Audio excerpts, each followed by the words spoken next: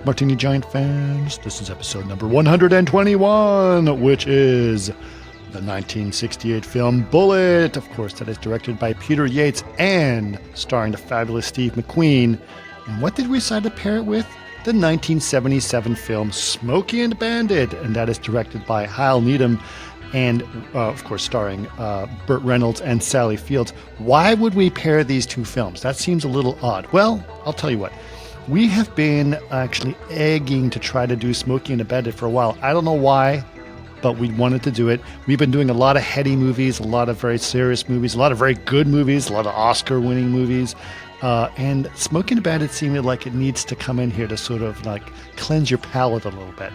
And we didn't know what to pair it with, and we were thinking cars and car chases. So like, we got to do Bullitt. We have to do Bullitt. So, of course, we went back to the well for our late 60s, early 70s films from America. But Bullitt is a great film, and it was really cool to see. It was nice to see Smokey as well, because I hadn't seen that really seriously since I was a kid. And, I always worry when I see movies like that and saying, are they going to hold up? Are they going to look good? And it did. It looked great, and it was a lot of fun to watch. It is definitely very goofy, but that's not necessarily a problem for me. So really great to have these two movies together. So great pairing, a lot of fun. A couple of announcements. I will be out of town actually for a while. Got multiple, both business and pleasure trips going for the next 3 weeks. So there's not going to be any Twitch recordings for 3 weeks. So if you follow us on Twitch, just hold off. We will be back. Don't worry, we'll be back. It's just not going to happen for the next 3 weeks. So that won't be happening. Now, the regular podcast schedule, we have enough recorded that it's not going to be interrupted through this process. So don't worry there. So we'll continue to do that. Now, this also gives you an opportunity to give us a bunch of suggestions for the next podcast recording. So we would love to know what those are. The best way to do that is on Discord. And if you'd like to know what our Discord is, if you're watching us on YouTube, just go to the show notes of this recording on YouTube, and there'll be a Discord link in there. If you're not following us on YouTube, this is your opportunity for you to do that. So go to youtube.com/@martinigiant. Again, that is youtube.com/@martinigiant. Don't forget to subscribe and to like, and then just go to this podcast and look at the show notes, and the Discord link will be in there, as well as a bunch of other links that you may be of interest to you. All right, that's out of the way. So now we can enjoy episode number 121, which is Bullitt and Smokey and the Bandit. Enjoy.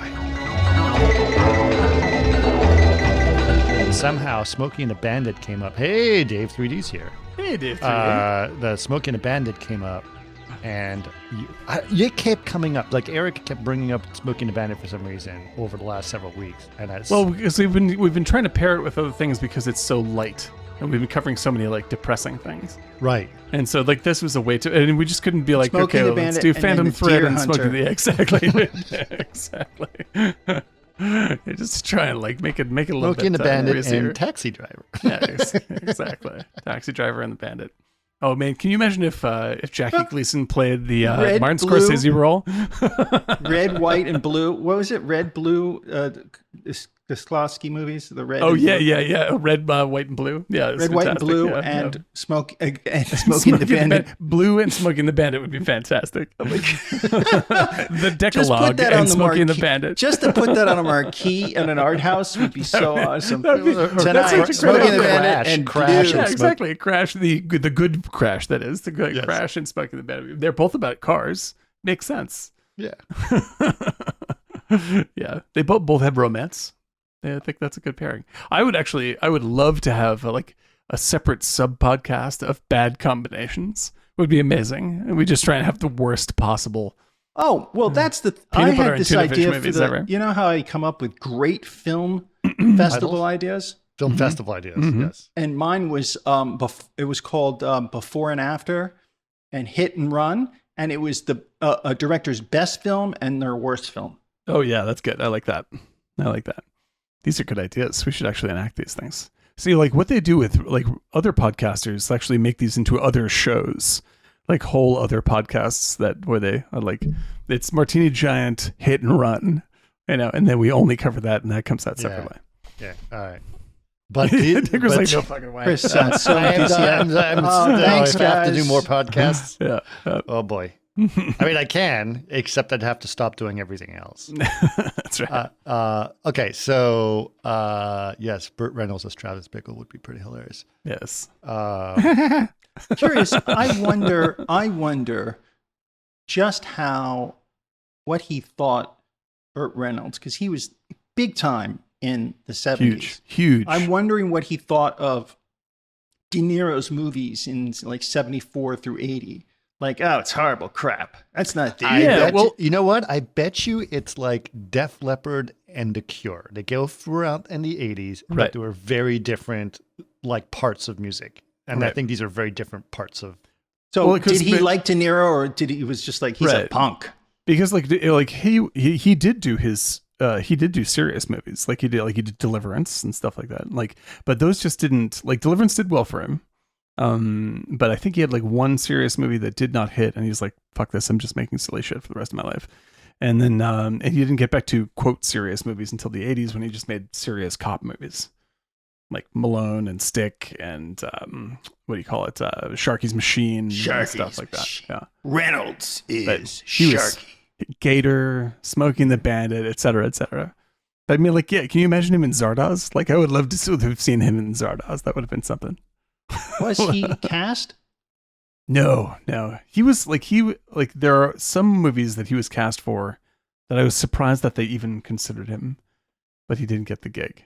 Terms of Endearment. Terms of Endearment. That's one of them. Right. Yeah. Which is crazy. That's actually a little bit more on the money for him, because astronaut, kind of hot shot. When you bring in Nicholson, I love Terms of Endearment, but Nicholson was already too famous. Professional Jack Nicholson by that point. Yeah, he was. Yeah, wasn't quite. He wasn't quite acting anymore. He was post Shining. Nicholson is a different experience, an entertaining experience, but a different experience. But I've always respected Reynolds, and I love him from his earliest films. I love him through his shitty 80s movies, and I love him in his weird little attempts. The shitty 80s. So good. Those are great. Those really sleazy action movies he made. Man, oh man. Those are, you start one of those at midnight, you'll be happy by 2. Could you imagine, I was thinking, that one film that, did Schrader write it, where it's what's his name goes to find his daughter who goes into Hardcore, porn? yeah. Hardcore. Yeah, with George C. Scott. George C. Scott. Imagine if Burt Reynolds played that. That'd be interesting. Like Scott, I actually just watched Hardcore last week, because it's part of it's one of the things in Tarantino's book, and I was trying to catch up on movies I had not seen in a while. And he points out something where I'm just I think it's interesting that George C. Scott is almost a little bit on the nose casting for Hardcore. He's just rage, and that's what he does almost the entire film. Entire time, yeah.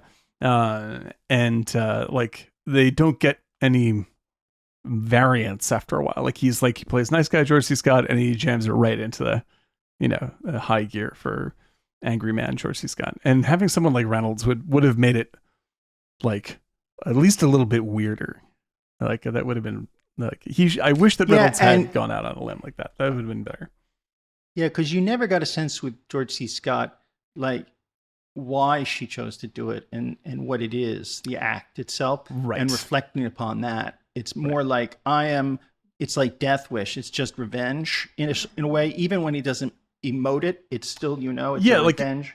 It's an interesting character. It's the Searchers. It's the Searchers, for sure. It's Hello. the Searchers. I mean, It's Taxi Driver, all this stuff. It's the Searchers. Talk about this but there's kind of, I could have fallen prey to that kind of vibe. He's not that. Because I don't really understand why. I mean, I suppose it may be more realistic. She ends up the big reveal of the movie is that she chose to go to do this. She wasn't kidnapped to go and do this. And she's just you're, of course I left. You're smothering, super Catholic, blah, blah, blah, blah, blah. And I was that's not really the vibe I got from the beginning of the movie. He seemed like an okay guy. He's sort of maybe a lame dad, but not oppressive, terrible situation. No. He was just sort of It's like met plenty of families like that. Can I interrupt for a second? Please do. No. Okay. Hi, welcome to our show. That's not the movie we're covering today. Oh, that's so true. Let's actually say talk that about what the we're movie actually we're covering today. where we are covering But today. these tangents are what makes people I interested. know, we but we did get through haven't saying- even started. I haven't even had an opportunity to tell the God, were you titles a of the hallway movies. monitor? We did say Smokey and the Bandit. We got We halfway did not through. say Bullet, and we're going to There. start with Bullet. Bullet. Bullet. Man, There you it were a is. hallway monitor. I'm I telling am. you. It's I like- am. Jesus. I know, and I know it's. Roll with it, Listen, baby. I don't mind your ADD because I think it I don't is have good. and ADD, but I do like broccoli. It's true. It is That's good. true. It's true.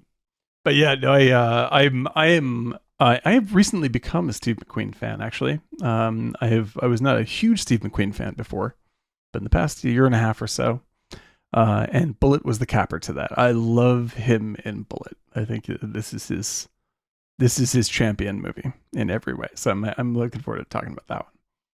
Bullet, Smokey the Bandit, car movies, car chases, in fact. Yep. Okay, so I hadn't seen Bullet in a long time, Mm-hmm. very long time. I maybe only seen it once, maybe on my grandma's Sony Trinitron TV back in the 80s Right. on HBO or something, whatever it was. Yeah, and you saw it like blown up to fill the screen, so it's sort of like Right. just pictures of McQueen's face like this. Yeah. Yeah. So it was and the cinematography in it is Yeah. some of the best. Yeah, Yes. it's dynamite. That movie is dynamite. Yeah. Yeah. the movie's And dynamite. it should be the gold standard of how to make a car chase seem Ugh, feel forget about it. dangerous. So and good. Yeah. it makes like Michael Bay films look like he's playing with Well, you can Matchbox see cars. where everybody cops from him. I was thinking Kaczynski. I was thinking everybody when I was Yeah. watching it. Last time I saw it was like 4 months ago. Mhm. I've seen it a lot. And Bullet? You've seen a lot? oh yeah, I told you I shared an office with the guy that designed the titles. And so Oh, is it the same guy? And the titles are dope. We should start with the titles because they Yeah. are great. well, that's what he told me because I shared an office with Pablo Ferro for like 3 or 4 years. Right. Late 90s to the 2000s, 2000 before Sky Captain. And it was Melrose and Cahuenga, kooky guy, but he cut all the films for Kubrick. He did everything. He directed a Stones movie. His best friend was Hal Ashby, but he was really close from the Queen. And he told me they stayed. He was bored McQueen during the shoot. And he said Pablo just come up because they were staying at that hotel, the one at the top of the hill where you drive in. That's where they were staying. Right. And so basically, he said that they were smoking joints one night, and he had a shell casing from the set, and he just was putting it to his eye back and forth. And then he got That's McQueen funny. to do it on the couch Right. in the suite, and they said that's our opening. That's how we do it. Yeah, because like for anyone who has not seen the movie, But like, he it's was one of these there when they great were bits shooting where all they those put car in, like, scenes. So it was cool stories. I was like, wow. the design I was of those blown titles away. is great because it's one of the things where they sort of put Tell the story. the moving picture of the next scene inside the text as you move By up the to way- the text. Well, it's the text. It's the image, the Yeah. text of the actor or whatever the title is in white, and then that disappears, and Yeah. and then the alpha or what's left over of the letter becomes what the next Just so- image yeah. is, and it wipes into you as yeah, it And the it's zooms in. really place- nifty. The It's fun. place that I worked at, Melrose and Cahuenga, was the last place in Los Angeles that had a print or negative developing license that they got in the late 60s. So they stopped doing that because it's carcinogenic. And so it's like taxi medallions, Well, right? hold on. Yeah, well, I know very much about this because Photocam is the last place that has a license at all in the Okay. entire The country. last license issued Issue was to Title House. Title House. And just to clarify, and those guys basically like cabs, medallions. They bought Yes. it, Photochem. They Right. didn't get the license. They got it from a company that probably went out of business in the 70s or 80s. And they retained the license fees, and then they sold the rights to it. That's pretty much how it happened. But all that stuff, this place was half optical, and I worked in the digital department designing titles. And that optical move was for 1968 or 7. That's a hard thing to do. It's a good move. It's a like cool the move. track, the to create that alpha, or I think they shoot it like yellow, and then they pull the yellow. I mean, it's a lot of really hard work. Yeah. So it's almost like Jurassic Park of titles, because that kind of stuff is, it takes a lot of shooting and over again, and then you develop it, and then you bring it back, and you shoot and you reprint it blue on channel. top of itself, etc. Yeah, it just goes. I mean, in any kind of screw up, you're screwed. You have to do it all over again. Well, it's also like, it's the kind of thing where, like, what I love about McQueen is that, like, and you kind of brought it up, is that McQueen in real life was kind of a hippie. Like, yes, yeah, like he was totally like, I forget, after he starts dating, what's her name? Like, he really gets into like the sort of open leather shirt kind of, kind of style. And his movies, however, are very tight, straight-laced movies. And so like they're these very, so he tends to make these things like, because The Getaway is the same way, where it's like a classic tight thriller kind of, not conservative, but it's a very straightforward-ish movie in most respects. But his weirdness keeps on pushing the edges of it. And that's the first thing you see in Bullitt, is with those titles. You're like, the fuck is this? You could have just done like Love Boat titles, dude. That would have been fine. But it puts you in a different space. It puts you in a totally different space. it does. But it also helps tell that story. Mm-hmm. I mean, you're basically figuring out everything. Yeah, it's putting the pieces together, right? It's really great. And it's a wonderful set of storytelling. And that's why I think that kind of stuff that he ended up cutting all the trailers for Kubrick. Like Strangelove. Strangelove is probably the best trailer I've ever seen. And he designed the titles for Strangelove. Yeah, it's great. Pablo. He did all of Kubrick's films. And he also did Men in Black. Yeah. Yeah, and he also did Beetlejuice. Mm-hmm. Yep. He was one of the big ones along the lines of, what's the other guy's name I'm thinking of? Saul Bass. Saul Bass. Saul Bass, yeah. But yeah. Pablo came from Cuba, and he basically worked for Warhol at the Dom on St. Mark's Place doing all the light shows. That's amazing. Yeah, it's super groovy, man. And like, because I like it's a vibe I wish would come back. Because what's the other, what's the Lee Marvin? Point Break. Point Blank. Point Blank is fantastic, right? Yeah. And like Point Blank has that same like semi-hippie, semi-Reagan America combo. Reagan America.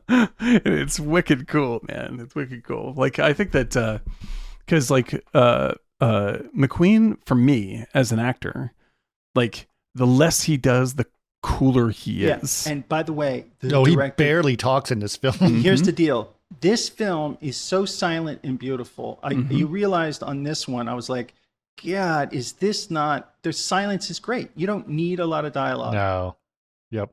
Yeah, it's all visual. And the story is fairly complex. Well, it's not. It's sort of unfollowable. Like I mean, it's followable, but it's not important. But you get the sense that it's important because it's really against that Chalmers DA guy. And the thing is, when you realize it's his Chalmers' fault because the wrong guy is coming to testify, right? And he says that, it's just like you realize, oh, that puts everything into context so well, but it's kind of late in the game. You're just kind of following along. All right. Well, hold on a second, Eric. Because the whole point is that people may not have seen this, so we're going to go through. Let's talk about it. So, so that sort of skips towards the end of the film a little bit. But let's talk real just quick pace. I'm sure who has seen Bullitt in our chat, who chats with us. Let us know if you've seen Bullitt or not. I'm assuming most of you guys have seen Smoking and Bandit.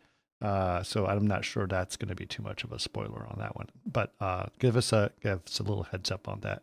But we start with the title sequence, and in the title sequence, it's actually it jumps into the titles, but that's actually a key part of the film while the titles are happening, right? And this is during a time when titles were sort of the beginning of the film, and usually not that much always happened. They just have a title, it gives you a flavor of the film, but then the film starts right after the title. It was the beginning of the renaissance of that. Right. Because it was really Saul Bass, and then to people like Pablo, and then Dan Perry. I worked with him at that place. He did all of Scorsese stuff, like Taxi Driver and stuff. Yeah, that's a good one. That's a good set too. New York, New York. Yeah. And but the thing is about that film, it's almost like they give the whole thing away in the titles. In the titles, because the other guy lets him go, and you realize that's his brother. Yeah, he just like this is what there's a great essay online right now. Oh, go ahead. Sorry, I was gonna go ahead. Go ahead. Actually happens in the title, Eric? So what happens is you see a room, and it seems like a business office late at night, and somebody is there stealing something, and it feels hiding. What's All the President's Men. All the President's Men, exactly. Yes. And then other people come barging in the window, and you realize he's been caught, and he escapes. But he escapes. The guy who was in the office suspiciously is being chased by these guys who break in to see that he's doing what he's doing. And then he goes down to the basement, and there's a guy there smiling. He gives him a pat on the shoulder, and that guy takes off. So you're like, that's odd. The guy just let him go. But there's a story to that, and that you find out later that was his brother. But right. But so one guy gets away, and another guy smiles, right? The guy who gets away. Wait, which one is he? He is the accountant for the mob, and he just stole money from the mob. Right. And then the other guy is his brother. Right. And they talk about that. He's clean. He's clean. Well, he's not, actually, because he let him get away. He let him get away. Right. So what we then go to right after that is the next morning in San Francisco at the San Francisco Police Department. And we meet our main hero, who's Frank Bullitt. And he is with his basically been assigned by the chief to guard some guy named Ross over the weekend, who's a key witness against organized crime. Right. Yeah, and this Ross guy is the guy that essentially stole. He was the accountant for the mob, which is essentially Midnight Run, and it's the whole thing. And so and the Untouchables. And the Untouchables, right. And Willy Wonka. Not Midnight Express, that's a different one. Yeah, I did like it. Did you catch in Willy Wonka that it was Augustus Gloop is actually the accountant for Slugworth? And he's like, come on, Charlie, at the end, and he's driving. Yeah. You're like, you stole fizzy lifting drinks. And then they're racing through the streets. And we will prove it in court. Yeah, it was unbelievable. You're like, oh my God, it's uncanny how close it is. But yes, so then, Chris, continue. Okay. So they have this Ross guy. Accountant. Mm-hmm. And they're supposed to watch him. He's supposed to be a key witness for against the mob, right? Yep. And the person is who wants to keep him as a witness, who's pressuring him, is this guy named Walter Chalmers. Yeah. Played by what's his name? Robert Vaughn. Robert Vaughn. Oh, he's so detestable. Yeah, he's amazing in this thing. He's just like the classic bad guy. And what's really great about Vaughn in this is like he's not like, because spoiler alert, like he is not like it's his fault, but he's not like an evil. He's smug, arrogant. Yeah, jerk. he's just a shitty fucking politician jerk. Like that's all, and he never turns into anything else. Usually at the end of these movies, like that he actually hired the guy to kill the son, and like that's not true. Like it's just like he's just a douchebag. What I liked about it is that you're suspecting him the whole time. Like something's going to be dirty about this guy. He feels oily in that way where you're like that. Like, I know that motherfucker's behind this. He works for the mob. No. He's pressuring the mob to do this. He's pressuring them to he's the one who's going to go kill Ross, even though he pretends like he's protecting Ross. Yeah. Like, if Turns this out- were the 1980s, Steve McQueen would have a gun on Robert Vaughn at the end, and he'd be like, diplomatic immunity just been revoked, bang, and blow him out the window. But that is not what happens in this movie. He's just a fucking jerk. Yes, he's just And an it's terrific. asshole, right? Yeah, exactly. So here's it. Okay, so we know that basically the mob is around. This guy is a witness. This Ross guy is a witness to some big, organized crime thing, and he's in San Francisco. And that basically Steve McQueen and two other guys are set to watch him, right? And so they set him up in this cheap motel in Embarcadero, and they sort of take shift and they do their whole thing. And they're looking out. Now, here's the interesting thing. Like I said, I haven't seen it for a long time, so like I got certain details confused. And since Eric, you're perfect, since you've seen this so many times, you can go through with me. But basically, one of the guys said, "Hey, Chalmers just called. He's coming up." That's right. Right? Yeah. Which it wasn't Chalmers. It's the bad guys, right? Yeah. It's the hitman. Yeah. Okay. So Ross, they told him don't do anything, but Ross unchains the door. Yes. Yeah. Why? Because I'll tell you why. It's because he wasn't Ross. But didn't he know he was going to get killed? No, he No. thinks he thinks it's going to be a deal. Like, It's a deal. Yeah. He basically is basically not Ross. He was hired by Ross, and Ross stole $2 million. So Ross comes to him and his wife and says, "I'll give you, $800,000, and you guys just take off and go to Europe." right. And He thinks all that you the have guy to that's coming to do- the door is going to get him out of there. Yes. Oh, that's what it is. Right. Because that's why when he gets on the bed backing up, he says, I thought we had a deal. It's like, this is not what, and that's the thing. Right. So he knows it's not Chalmers, but he thinks it's someone who's going to get him out. Mhm. Yes. And Ross is thinking, well, if they think he's me and he's killed, then I'm good. Because Then we're fine. Right. So he thinks it's actual Ross coming to save him when it's actually the mob coming to kill him. Yeah. Thinking that he's Ross. Right. And Got so, it. like, yeah, right. That's what it was. Because I was like, that was the one part that was confusing to me. It's like, why did he let them in? Well, because this is he had a deal. Yeah, so yeah, they yeah. Now basically it said, makes they're sense. going It to come makes in sense. and knock the cop off, and you're going to escape, and blah, blah, blah. Okay. Right. And your wife will be at the hotel, and you'll pick her up later. Right. But it sort of points out that, like, the reason why this movie is great is, like, it's not that the plot doesn't make any sense. It just is that the plot is sort of secondary to the execution of the movie. Like, Absolutely. It doesn't it's ruin like- the movie that I couldn't quite follow. doesn't that make part. any difference. Exactly. Like you can watch this movie and be like, what? Why? What is Steve McQueen doing? You don't care what Steve McQueen is doing. He's doing it cool. He's about to I don't know what you're doing, but keep doing it. It's Keep cool. doing it. It's amazing. Whatever that is great. Yeah. And like that is like there's a great essay that was up like a month and a half ago. This dude talking about vibes movies. And he's just like, vibes movies are movies where like plot doesn't super matter. Like, don't pay attention too hard to the plot. Like, you're just in it because like you're in the groove and lots of dudes talking about crime details. Yeah, this is like- definitely like- one of these movies. Like Top Gun.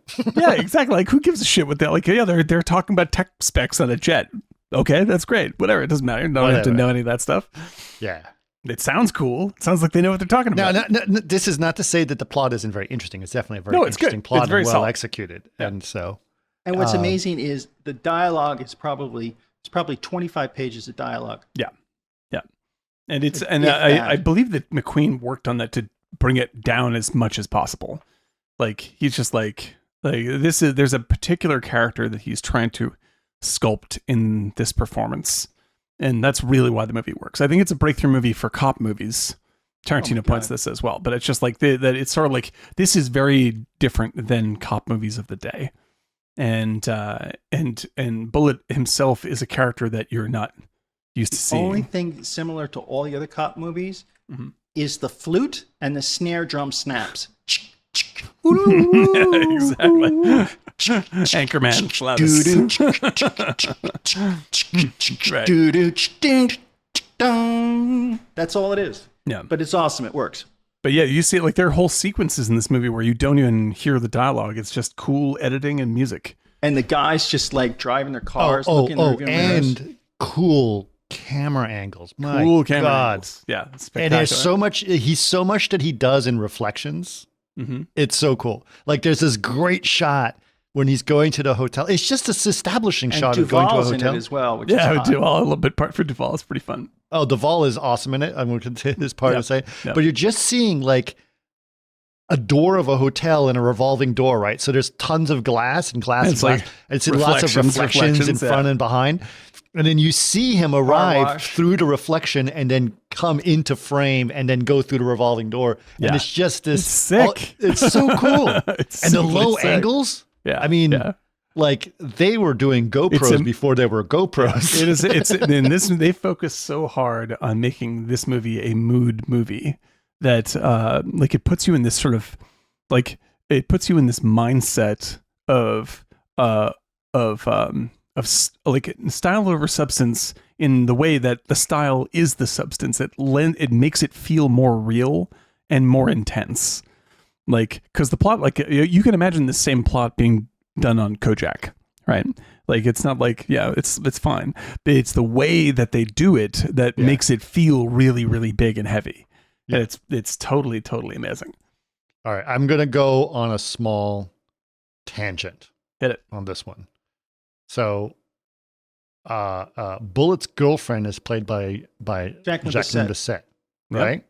Jackie B. So, there is a movie that is a French movie that my friend Axel and I, when we were teenagers, probably saw like 50 times, called Le Magnifique, Mm-hmm. right? And this is an important part because it's actually going to relate to Smokey and the Bandit in some ways.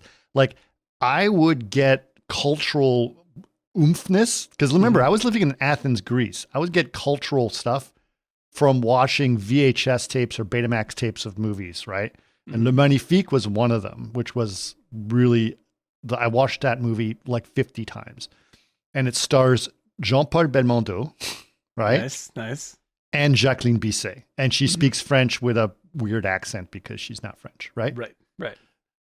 But a name like Jacqueline Bisset sounds like she could be French, which is also French. So I always assumed she was French because that's the only time I'd ever seen her. That was the first time I ever saw her in a movie, right? Jackie Bisset. Right? But the plot of this movie, it's a comedy, right? And the plot is it's Jean-Paul Belmondo is a cheap novelist who writes cheap spy films like James Bond things. Nice. Of this actual character, and it's super super cheesy spy stuff, right? But what happens, and he's making barely enough money, but he's turning out hundreds and hundreds of these books. But he lives in this crappy apartment in Paris, and his neighbor is Jacqueline Bisset, but he's just always had a secret crush on her from a distance, right? Mm-hmm. But every key that he hits on his typewriter, the plot of the crappy book that he's writing unfolds itself. Right. And he's like some spy in Acapulco or whatever it is, et cetera, right? And what happens in this story is he falls in love with a girl. The girl gets very interested in him because of she's writing some psychology paper about stuff, and she thinks that his books are this perfect catalyst example of humanity or whatever it is. Mm-hmm. And she keeps wanting to talk about him, and she really loves the character in his book. And then he gets angry at the character in his book. And so he starts sabotaging the person in the book and making shitty things happen to him because he's angry at him. But the character is also played by him in the book, right? And Jacqueline Bisset is symbolic. Also in the book, right? Yes, right. And it's just this thing about them going back and forth between this fake thing, etc. And it's complete comedy, ridiculousness. And I've been trying to find it. And so, what is the name of it again? It's called Le Magnifique, which means the magnificent one, right? But I think the American title is The Man from Acapulco. But I think it might be available on Canopy. and I'm going to look of it course, up. Yes, the good old Canopy. I'm going to look it up. And Tracy White. it's not necessarily. Belmondo died, by the way, last year. Yes. Did he? Yeah. Yeah. Yeah. Did. Yeah. Stone cold, cool dude. 100%. He is. He is. time. I mean, and this was this was him in the 70s. He was really, really top of his game. Top of his game. But what was cool about Belmondo is he did action, he did serious, and he did comedy. He did all three of them very well. Yeah. Yeah. He is pretty great. And this is one of his goofiest comedies. I mean, it's almost Austin Powers, but it's got this existential thing to That's it. funny. Yeah. So it's a touch of what's the Emma Thompson. She is the writer. Yes. And I remember that. That was a good one. That's a good movie. What's it called? With Will Ferrell. Will Ferrell. And it had the Stranger Than jams. Fiction. Stranger Than Fiction. Which we did cover. Yep. And then somehow, Daniel, you didn't have it or you couldn't rent it. Something happened. Yep. It ended up being a good movie. I like that movie. Yes. But anyway, I just definitely, it's like, suddenly, like when I saw, because it's around the same time, just as, maybe a few years earlier, and she's a, stone cold, beautiful woman. Like, Yes. Gorgeous woman. Is she English? She's English, right? I thought she was. But Yes. Yes. But yeah, she's good in this. She is she doesn't have too much to do in this. Doesn't have too much to do. Yep. In fact, you could have written her out of the whole script. She's written to be sort of like a Ally McGraw role. Right. Yes. Yeah. Just like it's producer's girlfriend role. And it is a bit. Yeah. But she is good. They give her a purpose and it sort of puts a button on the end of the movie. Yes, that's true. That's true. The only thing it really serves. Apparently she is the reason why The Deep did so well. Oh yeah, well I was just going to pull up the dude that shot this movie, shot The Deep, and with Nick Nolte. The poster is what sold the movie. It makes sense. She was like almost naked in the poster. poster. Yeah, exactly. Yeah, but yeah, this guy, the guy who shot this movie, we're talking about how great it looks, is William Fraker. His career's a little bit up and down, but he shot Rosemary's Baby. Wow. And what's the other great one? Oh yeah, Exorcist 2, the Heretic, which is a mess of a movie, but I do want to recommend that people see it, because even though it's the hottest hot mess movie ever made, it is nowhere near as good as The Exorcist at all. It's mostly laughably, it's horrible. The acting is generally terrible, but it's such a big swing weirdo movie, and the visuals are insane. So this director of photography, William Fraker, and the last thing that I want to note that he did, and it's a good transition for later, is Sharky's Machine with Burt Reynolds. Wow. Okay, and first of all, he was nominated for multiple Oscars. Yes, no, he's quite including excellent. War Games. Yep. 1941's was just a terrible film. Good looking movie. Like it's Spielberg. Yeah, and it's sort of it's like Spielberg this is Spielberg first trying to develop his look, because like Spielberg worked with Vilma Zsigmond when he did Close Encounters.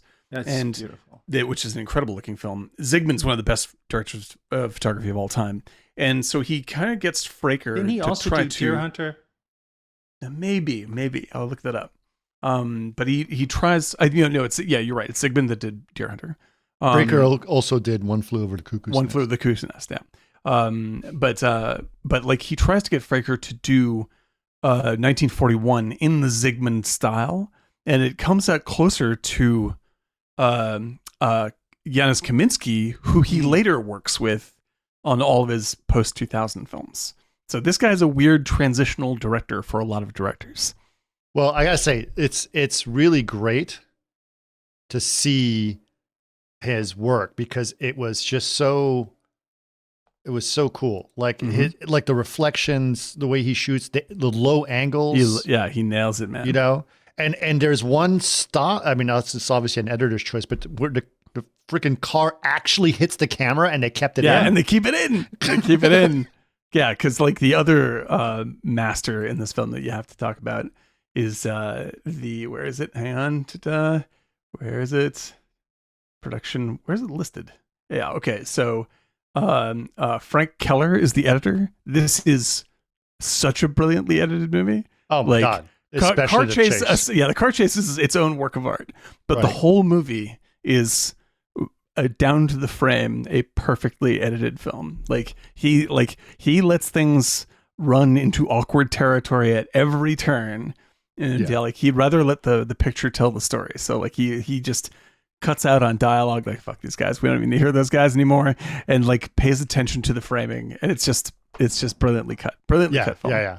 But It's definitely he's the orchestration of cars Mm-hmm. and extras. I noticed was so good, Yeah. particularly in the driving sequence. Like, Yeah. in the hospital or just people crossing over. It was perfect. And the hospital scene where he's hunting the dude down in the hospital is pretty great. great. Like that's like a French Connection level little chase down. It's really fun. Yeah, I really like that quite a bit. Yeah. But yeah, this movie is just like, it's one of these. I feel the same way about like Soderbergh's movie Out of Sight, where I'm I like, love Out of Sight. Out of Sight is J-Lo is so good in it. It's Kazan. What's that guy's name? Yeah, and Steve Zahn. Steve Zahn. Zahn. So good. It was so high. We had to stop up, pull over, and smoke a J just so I could go. I like that dude. But like that movie, if you describe it to someone, it's hard to get people to see it because it doesn't sound like much. But when you see it, you're like, oh my God, Out of Sight is amazing. Like it washes over you. Bullitt is exactly the same way. Bullitt is like, what you get done with Bullitt and you feel like you've been transported somewhere. And it's really a really unique film. And it's so simple in every way, but it's brilliantly done. But McQueen. So let's talk about McQueen for a second, because the reason why I love this movie, car chase aside, we can get to the car chase. But the reason why I love this movie, it comes down to essentially one scene, which is when Vaughn comes to bitch him out, right? And Robert Vaughn, all right. And he just goes, Vaughn spends 3 minutes yelling at this dude, just like blah blah blah blah blah blah. And I'm gonna do, and he tells him everything he's gonna do, and I'll ruin your life, and blah blah blah blah. And McQueen just goes, excuse me, and leaves. Yep. And it's like you want to stand up and applaud. It's the difference between every other action movie hero would be like, oh yeah, tough guy line, or oh yeah, your mama, whatever it is. Right. This is just like, oh, excuse me. And he just fucking leaves. I'm just like, yeah, I got you. Whatever, buddy. You know what it reminds me of?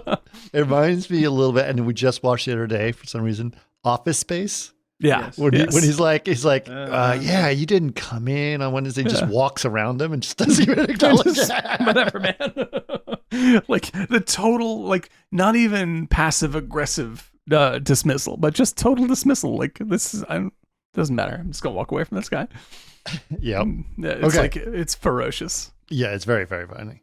Okay, so basically, two men get shot, right? One of the cops and Ross gets shot.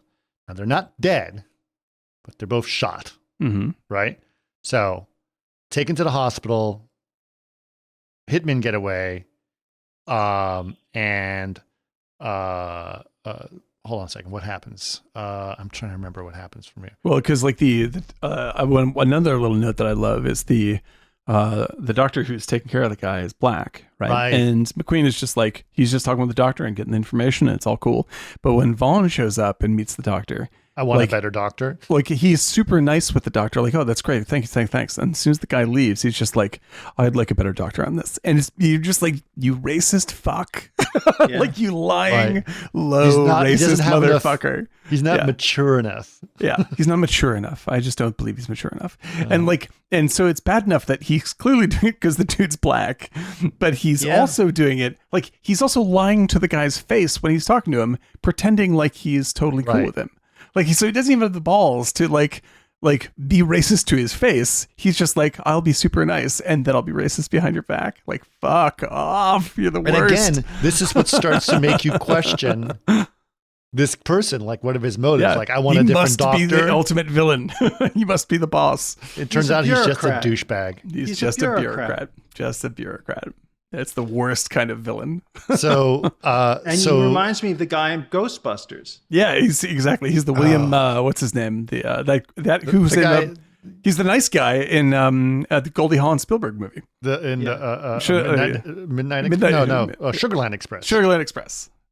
Yeah, Sugarland Express. We've had a lot of Midnight Express, Midnight Run, Sugarland Express. William Atherton. I just came back. Yeah. But yeah, he's a William Atherton. He plays type. the bad guy, which is the Environmental Protection It's Agency. the best. My favorite part of the Ghostbusters, the secretly conservative movie.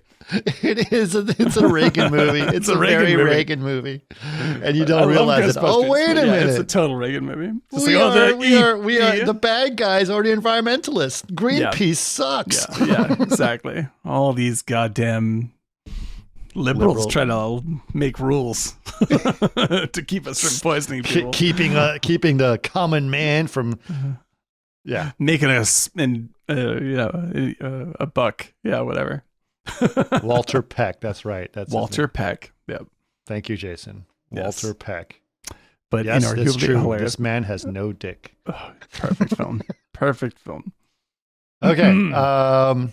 Where were we? Okay. So in this situation, basically, I'm just trying to get a little bit ahead here.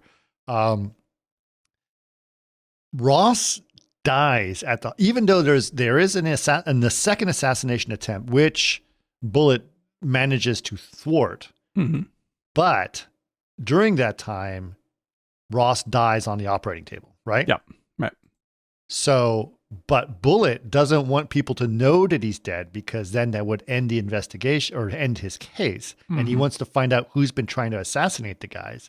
So he tells them, take the body to the morgue as a John Doe. Right. Hide him there, and we'll pretend Ross is still alive. Right. So that the guys are going to keep coming and I can catch them. Right. That's the plan. Right. I didn't get this wrong. No, right? That's right. That's right. Okay. Okay. And then, so then he finds out that through an informant, right? Is it an informant? Yeah. Yes. How did Duvall get involved? Duvall got he's a cab driver, right?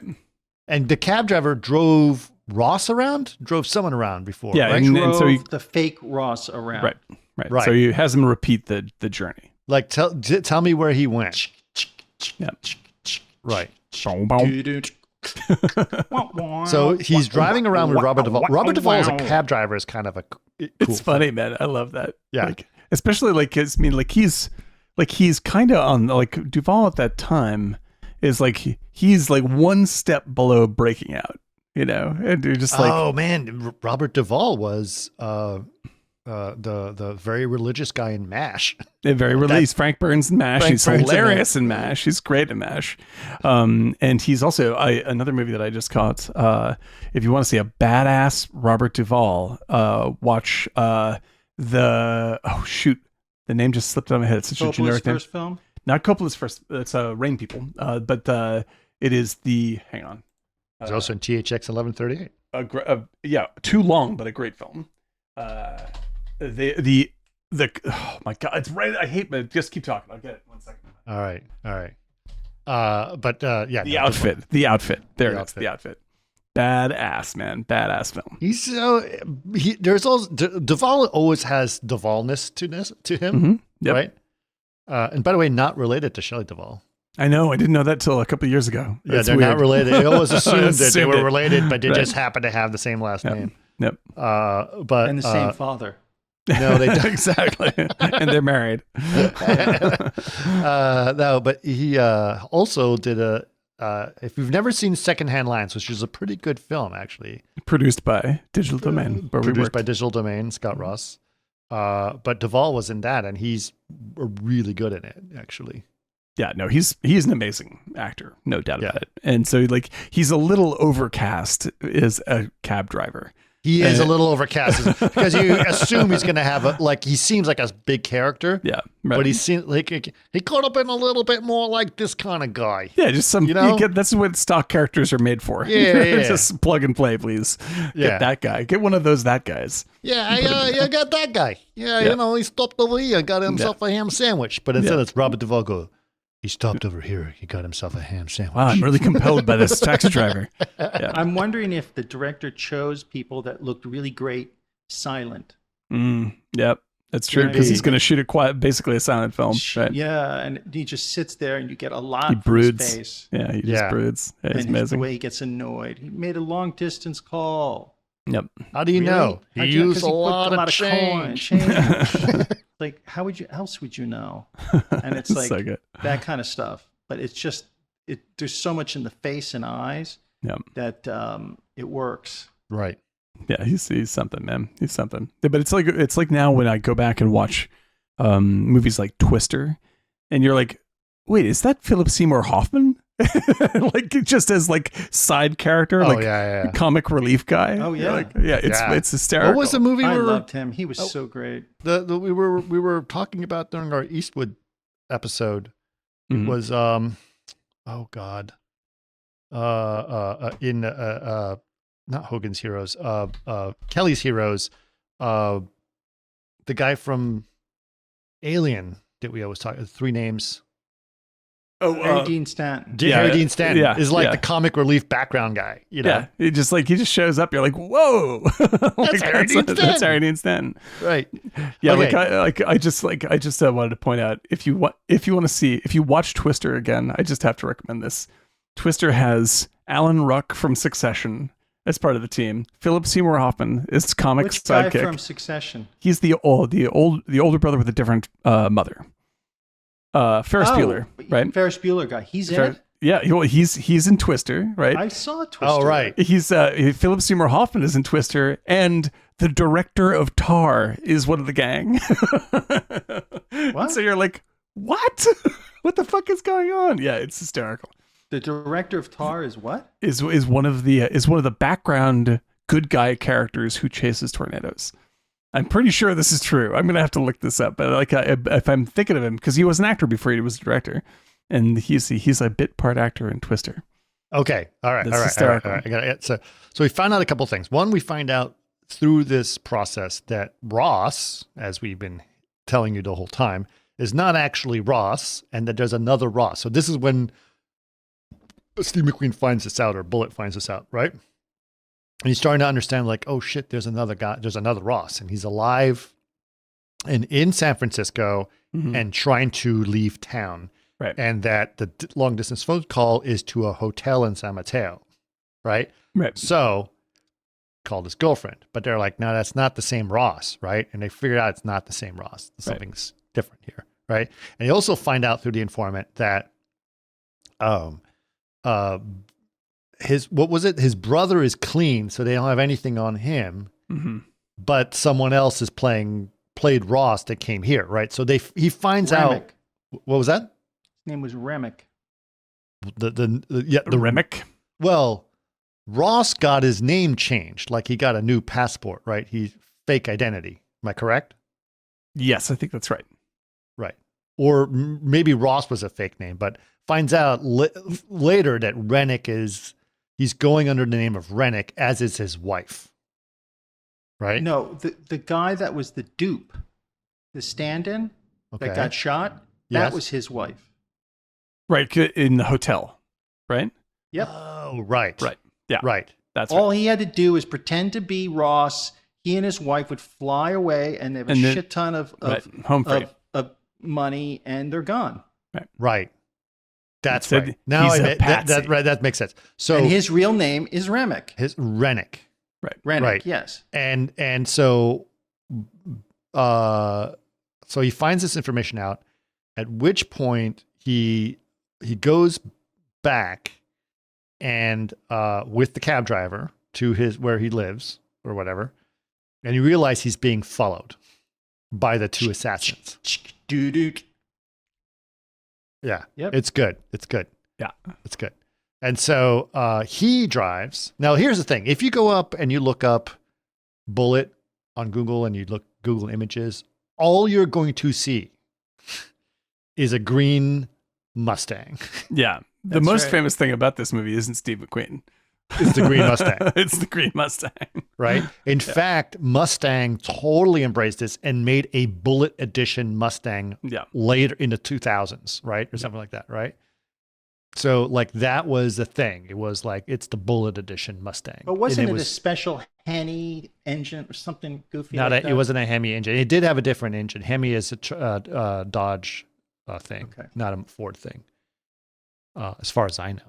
No, you're right. I'm not a car guy. I just thought it was like a souped up kind of. But the other car that's chasing them is a Dodge. It's a Dodge Charger, and that definitely has a Hemi engine in it.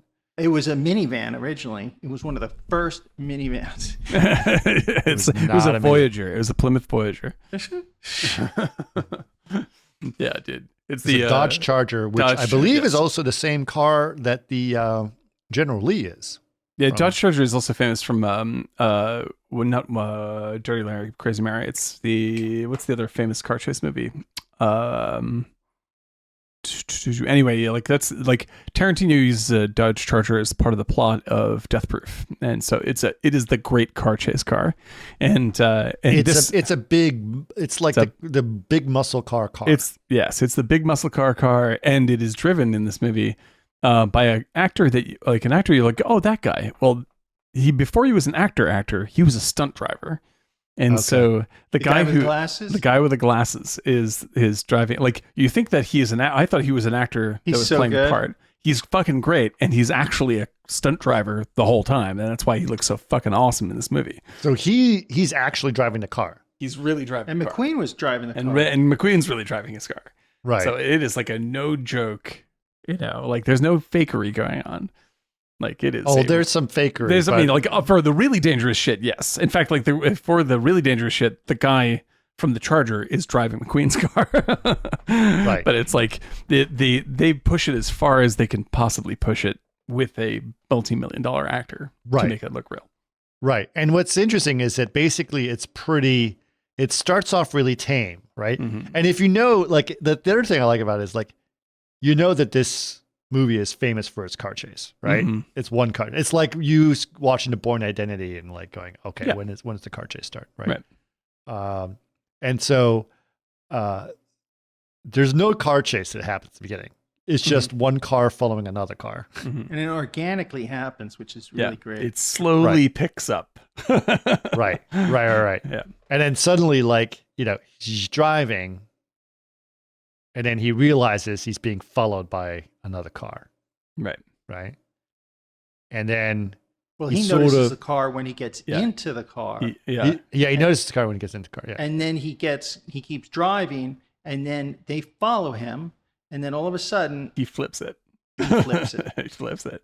So and he's following them, which pisses them off. Yeah. So exactly. So he moves to an area and they can't follow him. They're kind of looking around for him, and then they look in their rearview mirror and they realize that he's now following them.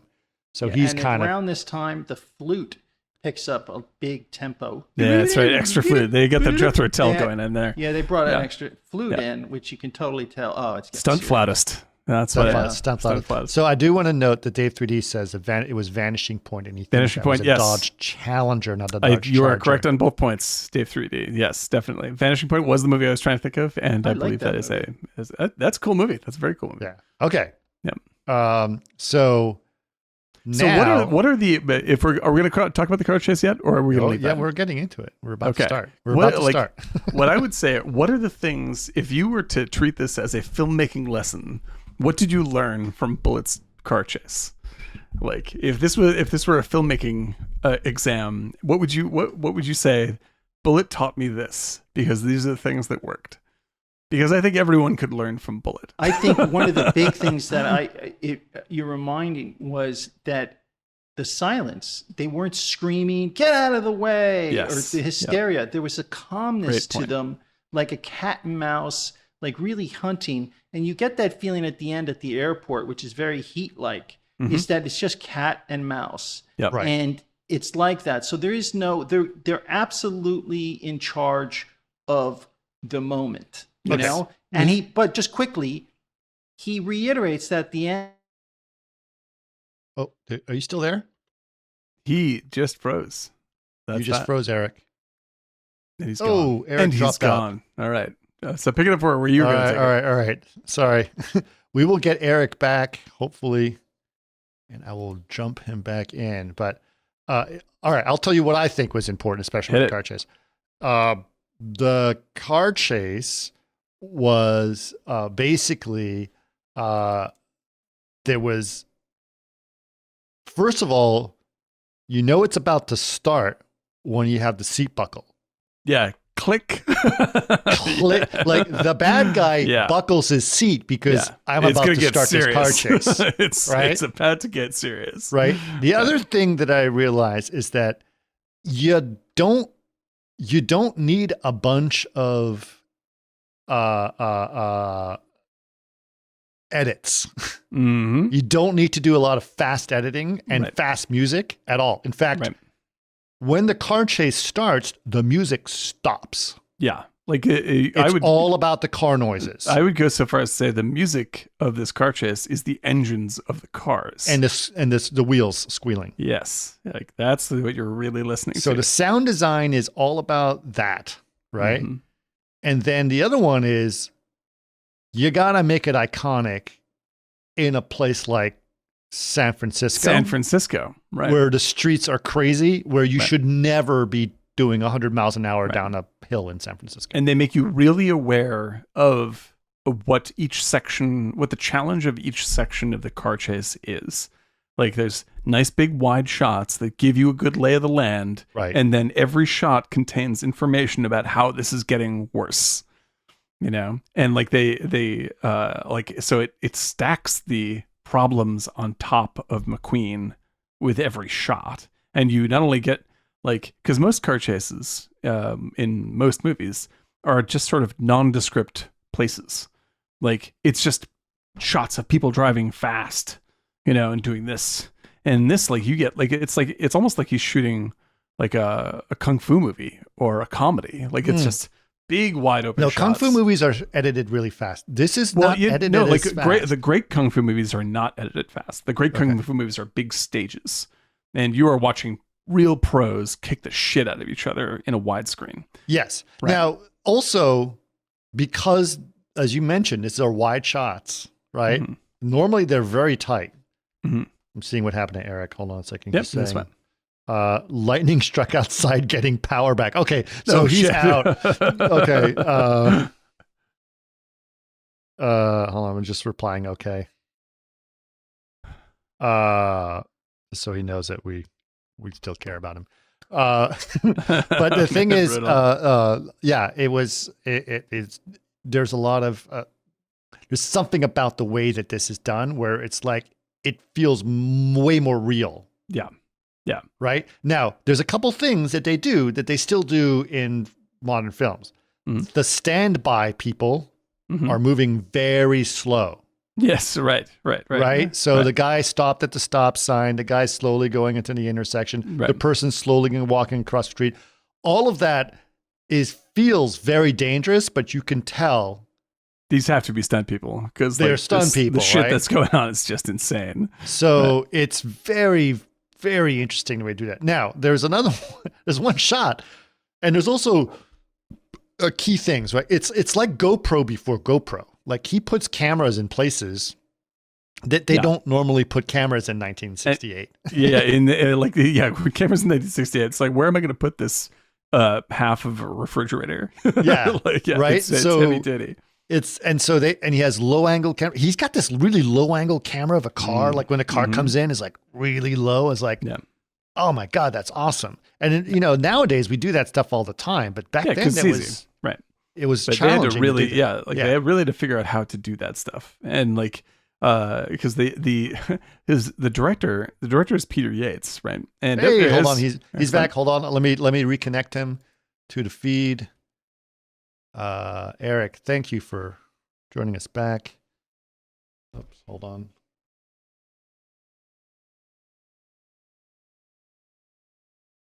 That's wild, dude. That's insane. Hold on a second, Eric. I'm just putting you back in the feed. Yeah, so Eric will be popping in 1 second. You'll see. Everybody, there you go. You're back, Eric. Hey, thank you so much. Hey. Sorry, guys. So you just got hit by lightning outside? Yeah. Oh crazy. my God, that's brutal. Yeah, we don't have such things here in the LA, City of Angels. Yes, that's right. I'm new to this freaking humidity world. But so we're talking about the car chase and all the cool shots and angles and why it feels good and how people could learn from this car chase thing. Yeah, the silence is and basically you don't need to. You let the action speak so much, so there's less like, I got you. Oh my God, move the car. Even when the car is blocking him at the intersection, he doesn't say anything. Right. And he just kind of keeps going. They stay focused. And I think there was a lot of great stuff in there, but I think it's the the conservation, like the real, just let the image and the movement you see through the cars that you're going just control you. And you get this tremendous sense of scale of like how far they're driving, where they are driving to. Oh yeah. And like it's like it sort of circles through the city and then drives way out into the hills, right? Right. And but so it's like, also there's also like those cars are heavy. Yeah, and you feel it. And you feel it. Yeah. And when they make a violent turn and skid, yeah, like it doesn't feel like a little, Subaru Impreza WRX going. Yeah, it is like no, it feels like it's like a blue whale trying to make it like this. Yeah, it's insanity. And like when they vault up of the top of the hill and you hit the they hit the ground. It's like the transmission is like oh. And they count all the hubcaps flying off the cars, which is the best. So good. Yeah. Oh my God, dude. Yeah. And like it feels dangerous. It's so dangerous. So physically satisfying. This car chase is just out of control. There's a couple of key things. Like one is like there is a shot of Steve McQueen's Mustang coming towards you and struggling to keep traction on the road and the car the camera is on top of a dumpster. Yeah. Right. And they hit the dumpster.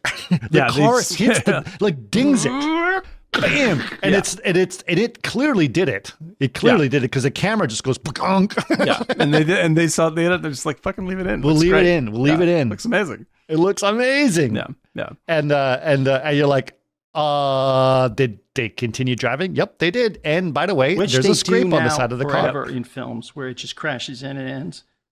Like what was that? They do that kind of, it crashes into the camera throwaway shot. They do that now a lot where it goes straight for the camera. Yeah, but now it feels planned. Like now it's like this looked like he was trying to get away from the dumpster. Yeah. Oh yeah. No, that was an accident. Yeah. But they do that now. They just sacrifice cameras and just they just hit the camera. I mean, like that because that's part of the same school of like if something explodes, then an object hits the lens, where you're just like, yeah, okay, blood. Yeah, like okay, got it, yes, right. But this thing is always unexpected. Like you feel like these are real physical objects being driven to an extreme, and they're almost out of control the entire time. And the other one that I think was really good was when the bad guy sort of hits that guardrail. Yes. And just like a bang, and then all this shit's flying everywhere. And you see footage from side of the car, and they look like, oh shit. Yeah. Oh fuck. Yeah, exactly. And you're like, we're dead. Yeah, we're dead. We're just gonna get away. Like people actually look like they're in danger. Yep. And you felt that really thrilling, that concern for them. Yep. You know, really, really thrilling. And just like McQueen himself, like the movie never gets too excited about what it's doing. Like it lets you get excited about what you're seeing. It doesn't try to pump you up the whole time. It's and just that's like what the dialogue would have done. Pardon me. Yes. Like all that stuff is like, that's just putting too much frosting on the cake. Like let the thing speak for itself. What is happening is tremendously dangerous, and people will be freaked out all by that. You don't have to fucking put guitars on top of it and cut it a million miles an hour. Yeah. You don't have to do any of that stuff. Like that's all gonna make it feel fake. And in fact, if you think about it, the car chase scene in Bourne Identity, which I really loved, did the same thing. Oh yeah, I actually they made it all about there was no music. I don't believe in that one, right? Yeah, I can't remember exactly, but I believe that's right. Right, and then they had these dangerous streets you shouldn't be driving down. Right. Now the thing is, like, I know that people hate fast cut movies because but the reason why people hate fast cut movies is most people are very bad at making fast cut movies. Sure. Whereas like the Bourne Supremacy and Ultimatum by Greengrass and Burt, they do a very quick version of exactly what McQueen's movie is doing, or Peter Yates, the director, which is like they're giving you like one bit of information that stacks up on the last one, and it's telling you a visual story the whole time. It's not Michael Bay just throws things around, makes a lot of noise, whereas like you watch these things and it just shows you a thing happen and you go, oh, like this. And then it shows another thing happen from that thing. You're like, oh, like this. And the it's momentum not excessive in its story. Exactly. It just is straightforward. Right. Yeah. Right. And so you can do that I think that Greengrass is exceptional at making that happen just bizarrely fast, but he keeps the same idea as what happens in Bullitt, which is like you are watching a juxtaposition of movement in edits. You're not trying to stimulate people by editing.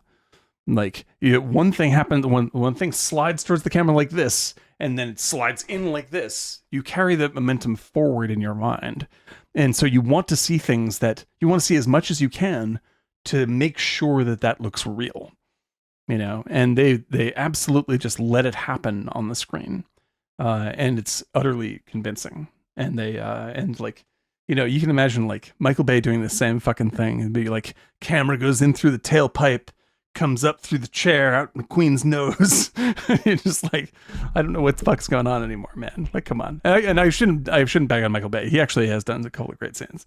But say like Transformers movies or but what he does. Okay, so they do this trick back then, right? Like they do this trick in Bay films where or most car chases today is they shoot them tight. Mm-hmm. They shoot them long lenses tight, right?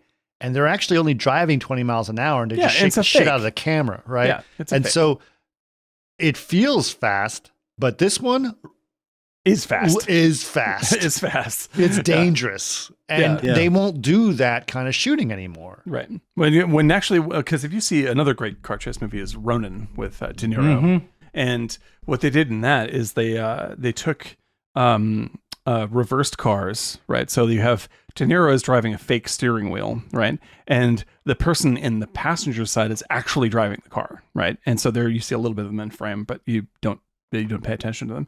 And De Niro's wheel is locked to the movements of their wheel. So what he is doing with the wheel is what the car is doing. And they're actually going 110 miles an hour or 120 miles an hour through Paris, right? And the director mounts the camera on high on the car, so you're looking right down through the windshield at De Niro, and you see him like going like this. He's being thrown around. He's fucking scared out of his mind. Yeah. Like that's what you want to see. And when you watch like Fast and the Furious 10 or whatever it is, it's so ridiculous. You don't feel the danger of any of that because nobody was in danger. Right. I will tell you this. I will tell you my experience with a stunt driver. Did I ever tell you this on the podcast? I was doing this thing. We were shooting a commercial or whatever, but we were actually going to shoot.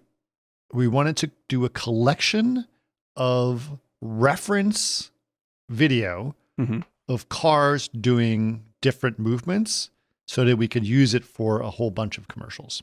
Right.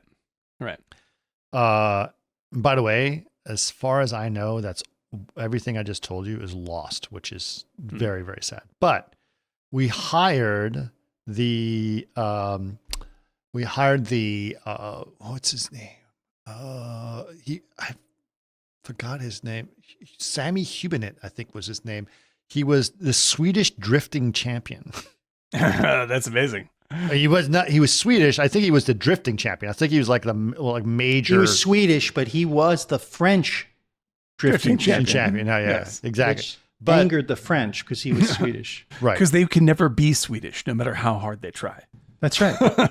But we basically had a series of moves that we wanted to do. We wanted to do like certain things and no big stunts, but there were like this kind of turn, that kind of turn, a J turn, do all kinds of stuff. Park. Yeah, I'm not kidding you. Like all of that stuff we just needed for reference, and they're like, we'll hire this guy to do it. And then we had 3 different cars, like a small sedan, a big sedan, and a SUV. And we also had a series of tires, like a bunch of tires that we could use, right? And one of the big things also, big thing to do into these cars, they install a special handbrake for sliding, for the sliding, drift, right? And it's not like your normal handbrake doesn't work. You have to have something more more Yeah. robust. A little bit more pinch. Little, and so anyway, we jammed through all of the shots that we needed for reference, and we were done by like 2:00. And so we had to like 5 or whatever. Mm-hmm. And so we said, well, what do you guys want to do? And he goes, well, we got all these tires. And all we did, we were in this massive parking lot over in Glendale, Mm-hmm. and next to this Korean church, like this Nice. huge Yeah. parking lot, right? And all we did is, and we had all these cameras everywhere, right? Right. To do all this reference footage. And we just burned through the tires, Just and donuts. we would take turns in the car driving with him as he's just burning through stuff. And he's going like, you just see the smoke is going off the tires, and he's coming within like 2 feet of people. Like I said, I'm going to go right for that guy and then turn and just spin out in front of them. And you were just filming it with your phone or whatever. It's like, oh my How God, long look did at it that. take to He's change just like, the tires? huh? How long did it take to change the tires? Oh, not long. Those guys are fast. But Yeah. those tires were gone in like 15 minutes. Yeah. Like bald. like giving an eraser to a kid. It was amazing. It was amazing. But anyway, that was my experience. That's incredible. That's great. So I remember sitting in the car as this is happening, and I was terrified, but also extremely excited. And he's just telling me stories about Sweden as this is happening, and I'm like, yeah. Oh, another thing that happens. Yeah, man, that's fucking awesome. Yeah, like I love, and that's the thing. Is like I think that like car chases in particular, like certain kinds of scenes in movies, really are dependent on the fact that you know that it's fake to an extent. Like, because like you want to believe that they really did this. There's a weird little crossover zone where you're like, suspension. yeah, where you want to suspend your disbelief about the plot, all the other fakeness you want to believe in, but you want to disbelieve one thing, which is like they are not fucking around in terms of these stunts, right? I'm going to go one further on this. Mhm. I think the thing about car chases is that we drive in cars all the time. It's a great point. It's a right? great point. Yeah. And that we just have to make the decision to make it extremely dangerous. Right. And Right. that's a decision that we don't make because it's extremely dangerous. Right. But you know that, running around with a gun shooting people, most of us don't have This guns can on never- us. Yeah, exactly. We do Right? not know how to do this. So we Right. don't do that, and that's not. But in a car, buckle the seatbelt and Yeah, then it needs to be drive like crazy. Like It I could needs just to be do that physical. right now, and Right. that's Our sensitivity scary. to it is very, very high. Yeah, it's sort of like how, we are programmed to, as humans, read other human faces down to like the littlest movements, right? And with car chases, because I think you're right, like because we are so used to being in cars, like when something looks wrong, we go, nope, I don't buy it. And if you're going to do something like a car chase, like the excitement comes from the realism. Like that, and you really, really got to sell it. And there are only like less than 10 movies that I could really think of that even come Hit within it. anywhere near as good as Bullitt. Like Bullitt may be my all-time favorite. It's I certainly, think it's the best car I think chase. it might be the very best. there's only like, one, and it's very famous Yeah. for it, and Yeah. everyone French knows Connection. about that green Mustang. right. And the danger is real, and the danger is real. Like it Yeah. feels real, and it is real. Right. And the thing is, like, the rest of the movie is great. Like, if they didn't have the car chase in it, I'm still on board for this movie. This is a great but that movie. car chase is like That's like that's the granite the movie is built on. Right. Is the strength of that car chase. It's just outlandish. It's just outlandish. I like Jason's. Jason, oh, by the way, always puts in these fabulous little puns. Jason, number one fan and big supporter of our podcast. Absolutely. We love Much him. Thanks. But his tag is tires gone in 15 minutes, which is Yeah, kind of it's funny. true, it's true, man. There's also a little conversation on a report from the chat where let's see, we have two good modern car chase films. Dave 3D says they do some great camera work are Drive and Wheelman. I agree with that. We were talking about Wheelman. We were talking about Frank Grillo in Wheelman. Very, very good B movie. French Connection car chase felt real and dangerous because I believe they had no permission. Fort Dan, can you confirm? And then Jason stepped in to say think that they had permission, but they didn't have but they didn't block traffic. So like people, I mean, it's a big studio crew. Like you're gonna know that it's happening. But like they didn't do anything to make it safe. So like all the background stuff that's happening in French Connection is like all those reactions and all that shit is very real. And French Connection should be noted as like It's good. That is terrific. It's also a car chase. It's car chasing a train, so it's slightly different material. It's a great action scene that involves a car, but when you watch like Bullitt, it's like a competition of two incredible drivers. Like that brings it into this very special zone for me. And the muscle cars of the time. Right, like it's like watching a race movie, and it's American. It's Americana, which I'm going to get to when we go to Smokey. But we about to get to Smokey quickly because we've been going a little long on this. So I'm going to, which is okay. I guess Smokey we're not going to take too long on, but it's okay. But basically, what happens is the two bad guys at the end of like after this whole long car chase, it gets very very dangerous. Ends up with the bad guys and. Like we've been saying the whole time, they really feel like they really lost control of the car and smack into a gas station, explode into a ball of flames. And they're dead. Right? Ball of flames, car's on fire. And the Mustang skids out of control. You can see the wheel axles broken. Yeah, it's wild. It's pretty bad. But he survives a car chase, but the bad guys are dead and burnt to a crisp. And that's a big problem. Mm-hmm. So and then what happens is that Chalmers confronts the police chief outside of his family church and is just being very, very aggressive about getting the witness. Yeah.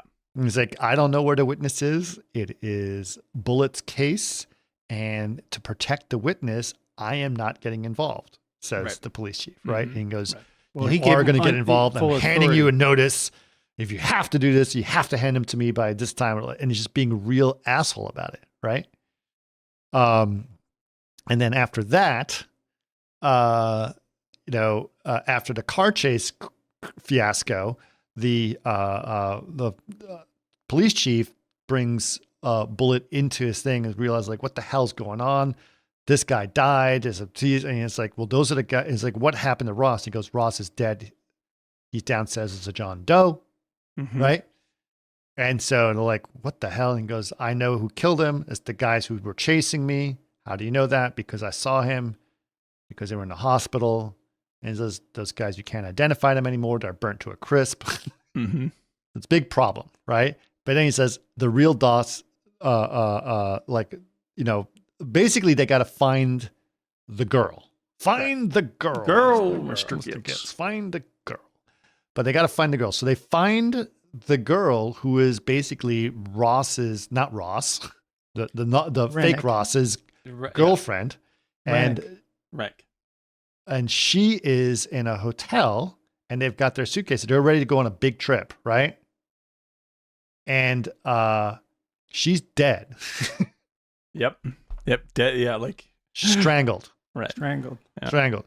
So they bring, and also because his Mustang's destroyed, Jacqueline Bisset is driving him around. She walks into the room and sees this horrific scene because she's following him. It was just all unnecessary, though. It's kind of like Heat. Yeah, it doesn't make any sense. Yeah. Yeah, it's just like, what? Yeah. Well, yeah, because I mean, that's one of these things that, like, they added it. It's a studio notes ad. Where you're just like, you don't even need Bisset in this movie. No, it's still stupid to add on, right? Yeah, exactly. Right. I don't understand you. Why are you doing this? You watch like with something like Heat, it's the actual emotional plot of the movie is job versus life, and that makes sense. This is not that because Steve McQueen doesn't give a fucking shit. Like he's just like, I don't care. Okay. I am super cop. All right. Time, baby. And he's like, it's down in the gutter. It's just kind of a bullshit. Like actually just the weakest part of the film. Yeah, it's like there's no need for this at all. It deflates what is cool about McQueen in this movie. Right. Which is just like, he's just stone cold excellent. That's it. The end. You don't need any backstory for that at all. Right. Like that's simply it.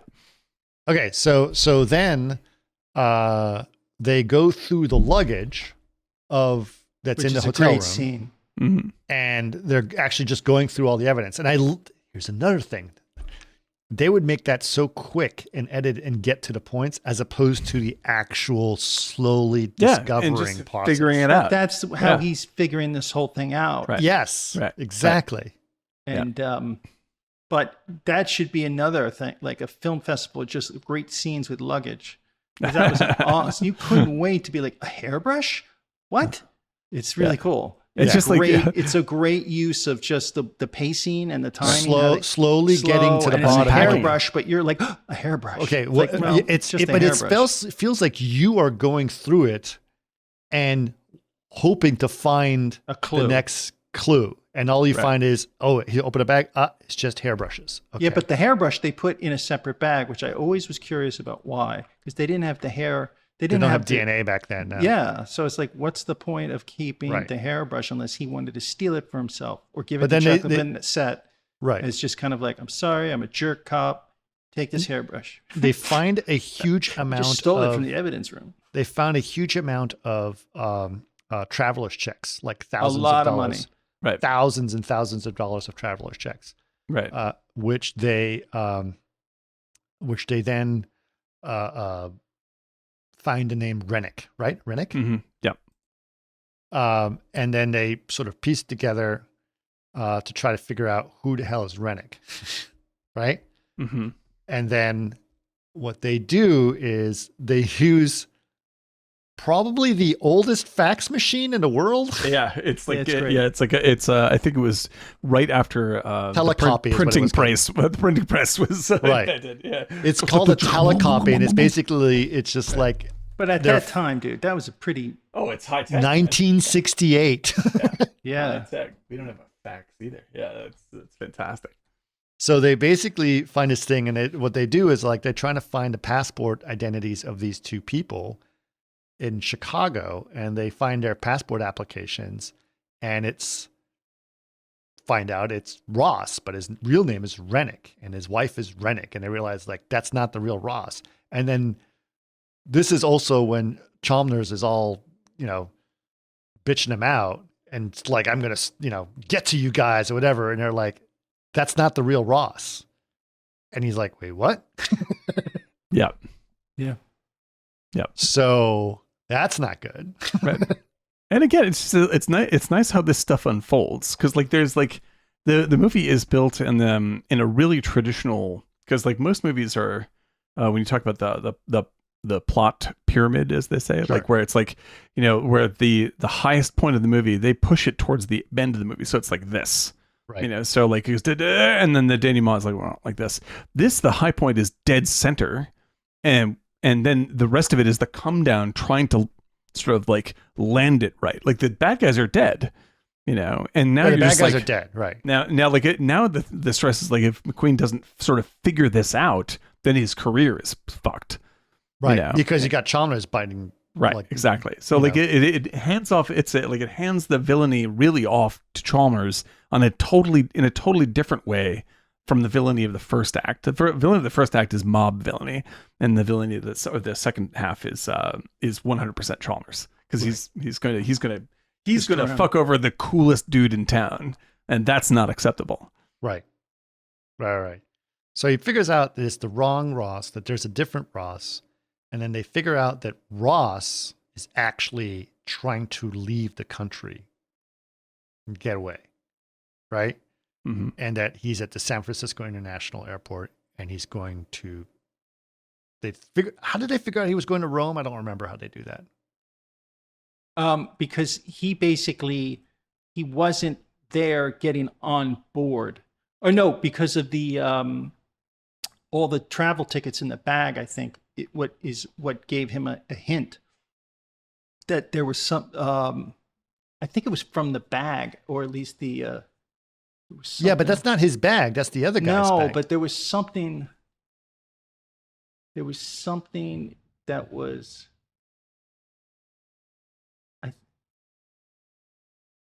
There was something in the bag. Okay, right? but they figure out that he's at the airport and he's trying to get away, and so they find out if he's registered. They go, and it's funny. Is like security and identity at airports is not totally different what today. It is today. That's for sure. And no, can I have a feeling that, because Michael Mann has talked about like how he's just like I did the scene from Bullitt. Like he's never said what I believe is true, which is like this scene is the airport scene in Bullitt is really good, but you feel like after the car chase, you're like, give me the car chase level version of that, and instead it's really good, and you're like, okay, it's really good. Yeah, because it's the same cat and mouse. It's all silent. It's all figures. The only mistake I have with the chase at the airport at the end is that he didn't need to shoot. Yeah, exactly. McQueen. Right. Because McQueen didn't have a clue where he was once he gets to the edge of the tarmac. I mean, on the runway, right? Yeah, it doesn't let's get quite, to the runway part. Yeah, So basically what happens is that he tries to figure out where he is, and they found out he's not on the Rome one, that he's on the flight to London, right? So they run to the London flight. They use their detective badges to get access to this stuff. They're seeing everyone on the plane. The plane has already left, right? Yeah, it's taxiing. Right. Yeah, so they were waiting at the Rome one. They didn't see anything going on there, and then they like, oh shit, it's on London. It's already taxiing. So they call the tower and get the plane to be turned around and go back to the gate. Right.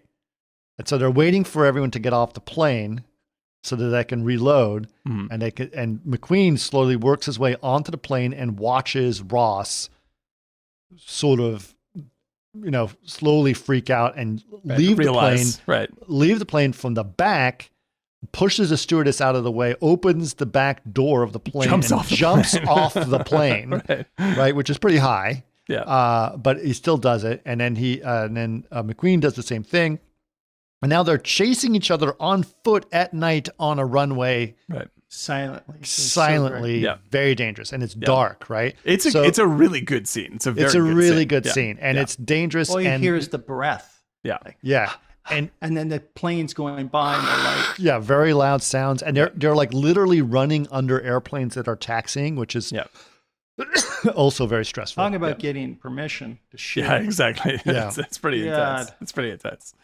Yeah, like I think that I think that Michael Mann went into Heat saying, I really want to reshoot this scene and make it perfect, and I'll also come up with a movie before that.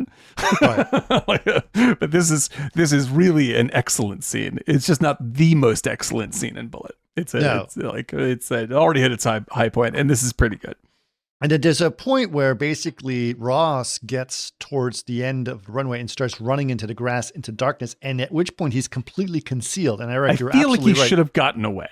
He should have gotten away, because the movie should have ended with him getting away. Because Bullitt can't actually see him. Right. No, right? He's so far away. Far away. And then Ross decides to bring up his gun because he can see Bullitt, and he decides to shoot at him, which gives away his position.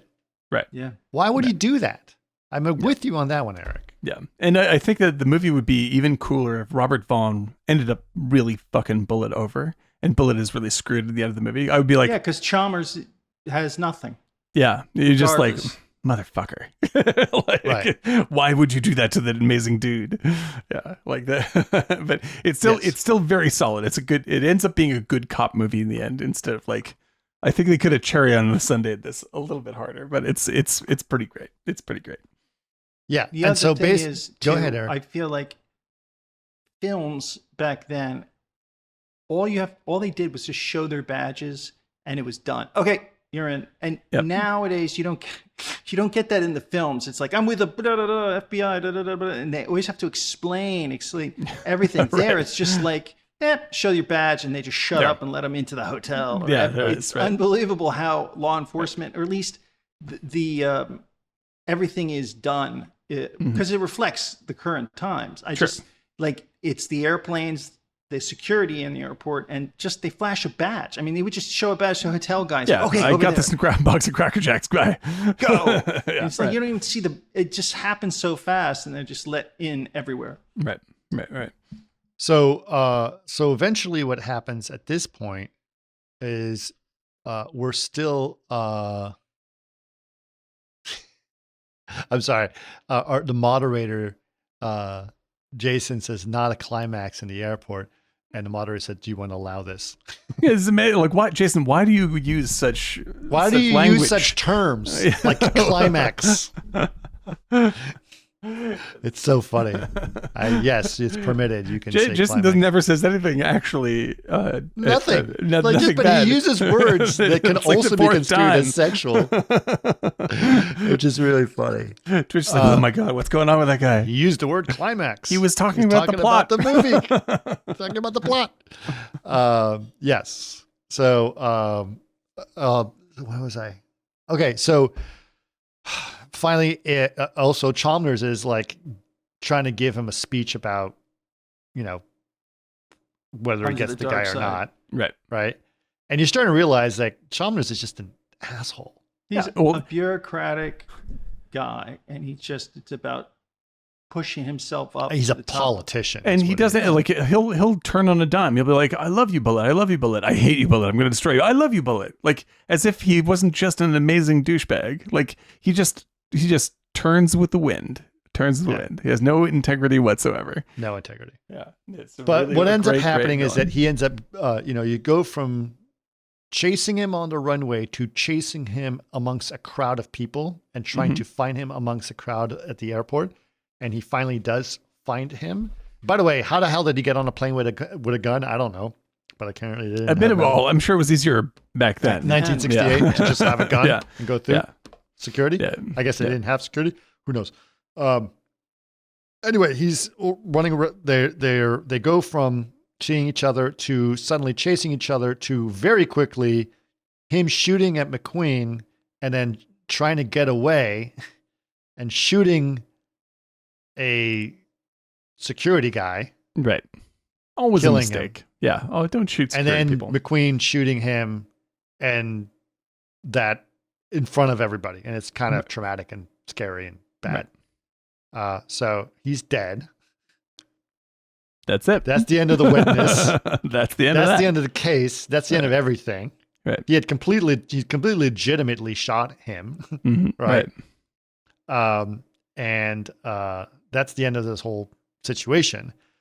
And then Chalmers just drives away in his limousine Yeah. with a bumper sticker on the back that says "Support your local police." Yeah. Yeah, It's that's so a good. little- Yeah. It's like wah wah wah.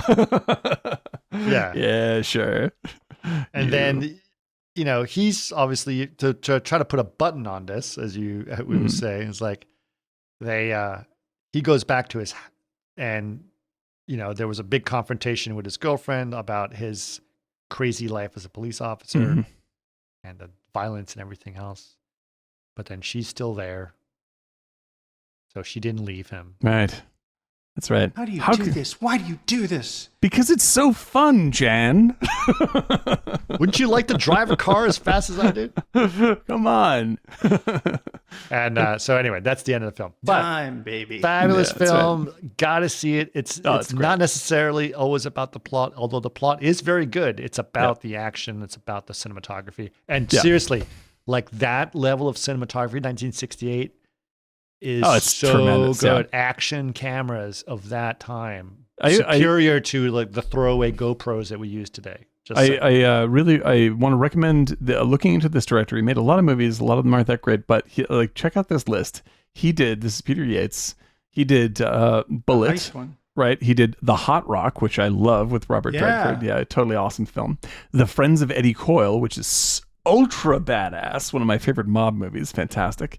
The Deep, as we said before. Breaking Away, which is just a terrific love movie. Breaking Terrific Away. fucking movie. The Dresser, which is great, with Albert Finney. The Suspect, which is incredibly fun with Dennis Quaid and Cher. And Krull. Yeah, he did Crawl too. I know that. He did yeah. Krull. Which is very interesting. Okay, so I need to take a quick bathroom break before I wet my pants, and then I will David's pants. and then I will also from after that we will move on to Smokey and the Bandit. So you guys That's it. take you guys chit chat for a little bit, and I'll be right back. I also want to I should also throw out there that as David 3D is listening, he also did An Innocent Man with Tom Selleck, which Dave 3D and I enjoyed very much. And I believe we saw it a couple of times in the theater together. Really, really fun with F. Murray Abraham, and it's a hokey but super intense, fun jail revenge melodrama. Really, really good stuff. But yeah, this dude, I can't fit in my head like Bullitt. He's still alive? No, he died in 2011. But great director, very, very good director. Definitely a sort of a journeyman worker director. But every now and again, he just hit these like awesome high points. And anyone who has Krull, Breaking Away, and Bullitt in their resume, like, how do you even beat that? Or as Jason says, Krullit. They obviously should have made the crossover film. That would have been perfect. Yeah, it's surprisingly, it just holds up each time I see it. Yeah, so good. Film. So good. But yeah, no, I've been watching, like, due to the Tarantino book, I watched a bunch of McQueen all at once, Getaway, and stuff like that. I just like it. I haven't watched The Getaway in a long time. It's really good. It's a really good movie. And yeah, it's because it's Peckinpah. And yeah, That's it's yeah, like it just, he has a groove to him that's really, really, really unique. Okay. But yeah. Welcome back. Hope that was enjoyable. Yes, it was. I have found their Trader Joe's is carrying La Fin du Monde. I don't know if you've ever considered that shit is good. They have it in cans. I've never seen it in a can. I've only had it in a bottle. I've only seen it in a giant bottle. Yeah. So for those of you who don't know what this beer is, it is a Belgian style triple beer. It is, but delectable. It's made in Canada. Yeah. It's in Quebec, and it's called La Fin du Monde, which means the end of the world. Mm-hmm. And it is rivals most good Belgian beers, honestly speaking. Yeah, that's a real favorite of mine. I don't drink no more, but that was the top of my list. It's a triple, and it's 9% alcohol.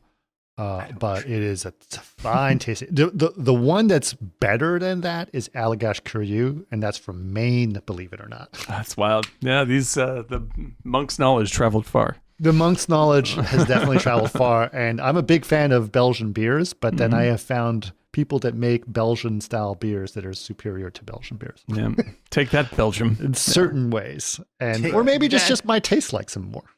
Yeah, no, Findemont is top notch. And the thing is, I became quite pro on beer in cans. Like I think beer in cans.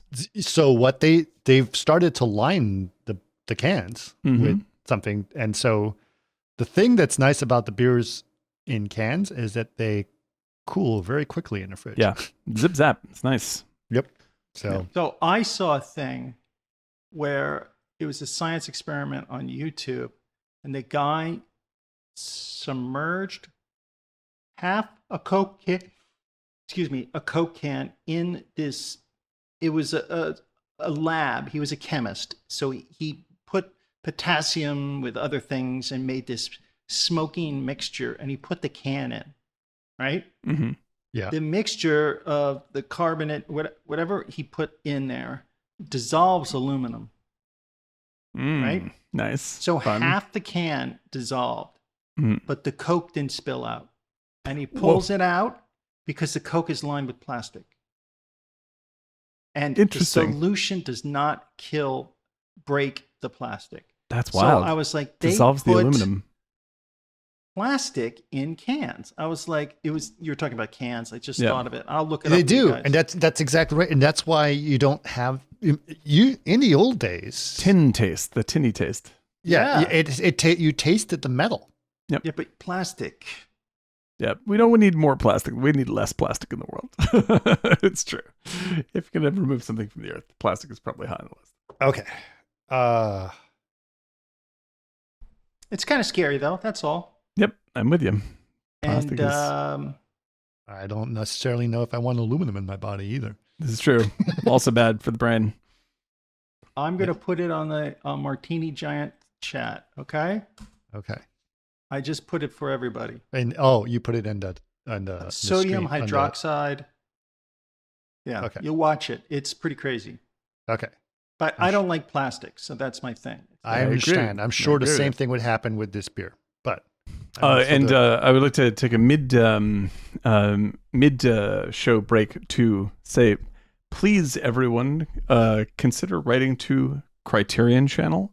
Oh my God! Let's do. Yeah. This is a PSA. This is a PSA, and everyone should do this. Everyone should do it, whether you're a subscriber to Criterion or not, and complain about what the fuck they did to French Connection. Yes. Okay. Yeah, so explain what happened. So Disney, which owns the rights, has every legal right to do this. So I'm not saying this is not legal. I'm just saying it's against everything that is good in the world. They took it upon themselves to delete a chunk from the French Connection where the main character lets loose on some pretty vile racial slurs, specifically the N-word. And so I am not defending the use of the N-word here. I'm defending the use of its vileness in describing a vile and terrible person. Like number one, don't go back and change art. Like, that's dumb. And anyone who's going to be watching The French Connection, if you put a warning on the front of it saying, this has got some really offensive language and terrible people in it, I'm 100% for it. Like, if you don't want to watch that stuff. That's right. Absolutely. Just scrub it. Like, warn people ahead of time. It's a hard movie with a really, really terrible character at its center. But I'll say that the point of The French Connection is it's against the idea that the ends justify the means in terms of policing, because the whole idea is like, well, we put up with racist, bigoted, hideous, violent, power-hungry narcissists like Gene Hackman is in the movie because he gets things done and, it really fights crime. And that's the idea. That's what Popeye Doyle, his character, believes. And that's why the movie is exciting and fun, because he's doing the things you really want done to criminals. But in the end of the movie, because he acts like that, he blows the case, the bad guys get away, and everything goes wrong. And along the way, he's been a brutal, violent racist. And so he has done nothing but hurt people exclusively the entire film. Like, it is a movie about why this is terrible.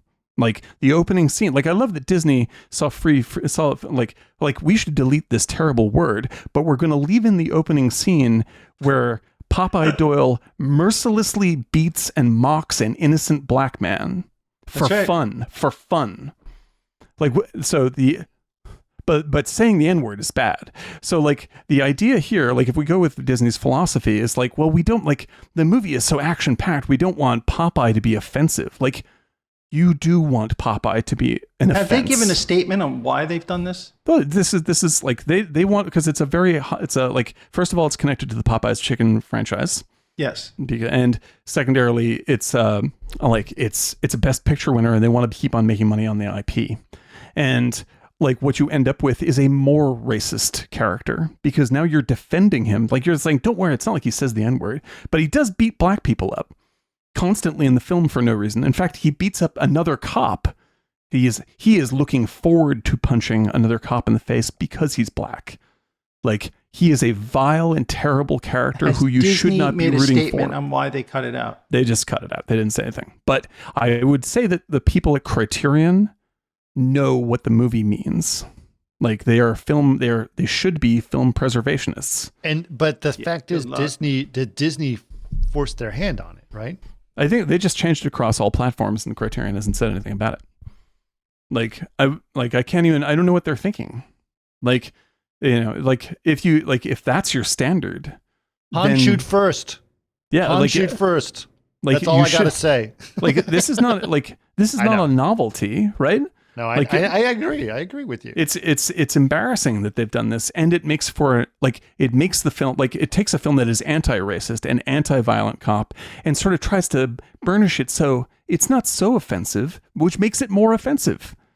Like, now it's endorsing what Popeye is doing by trying to make him seem cooler.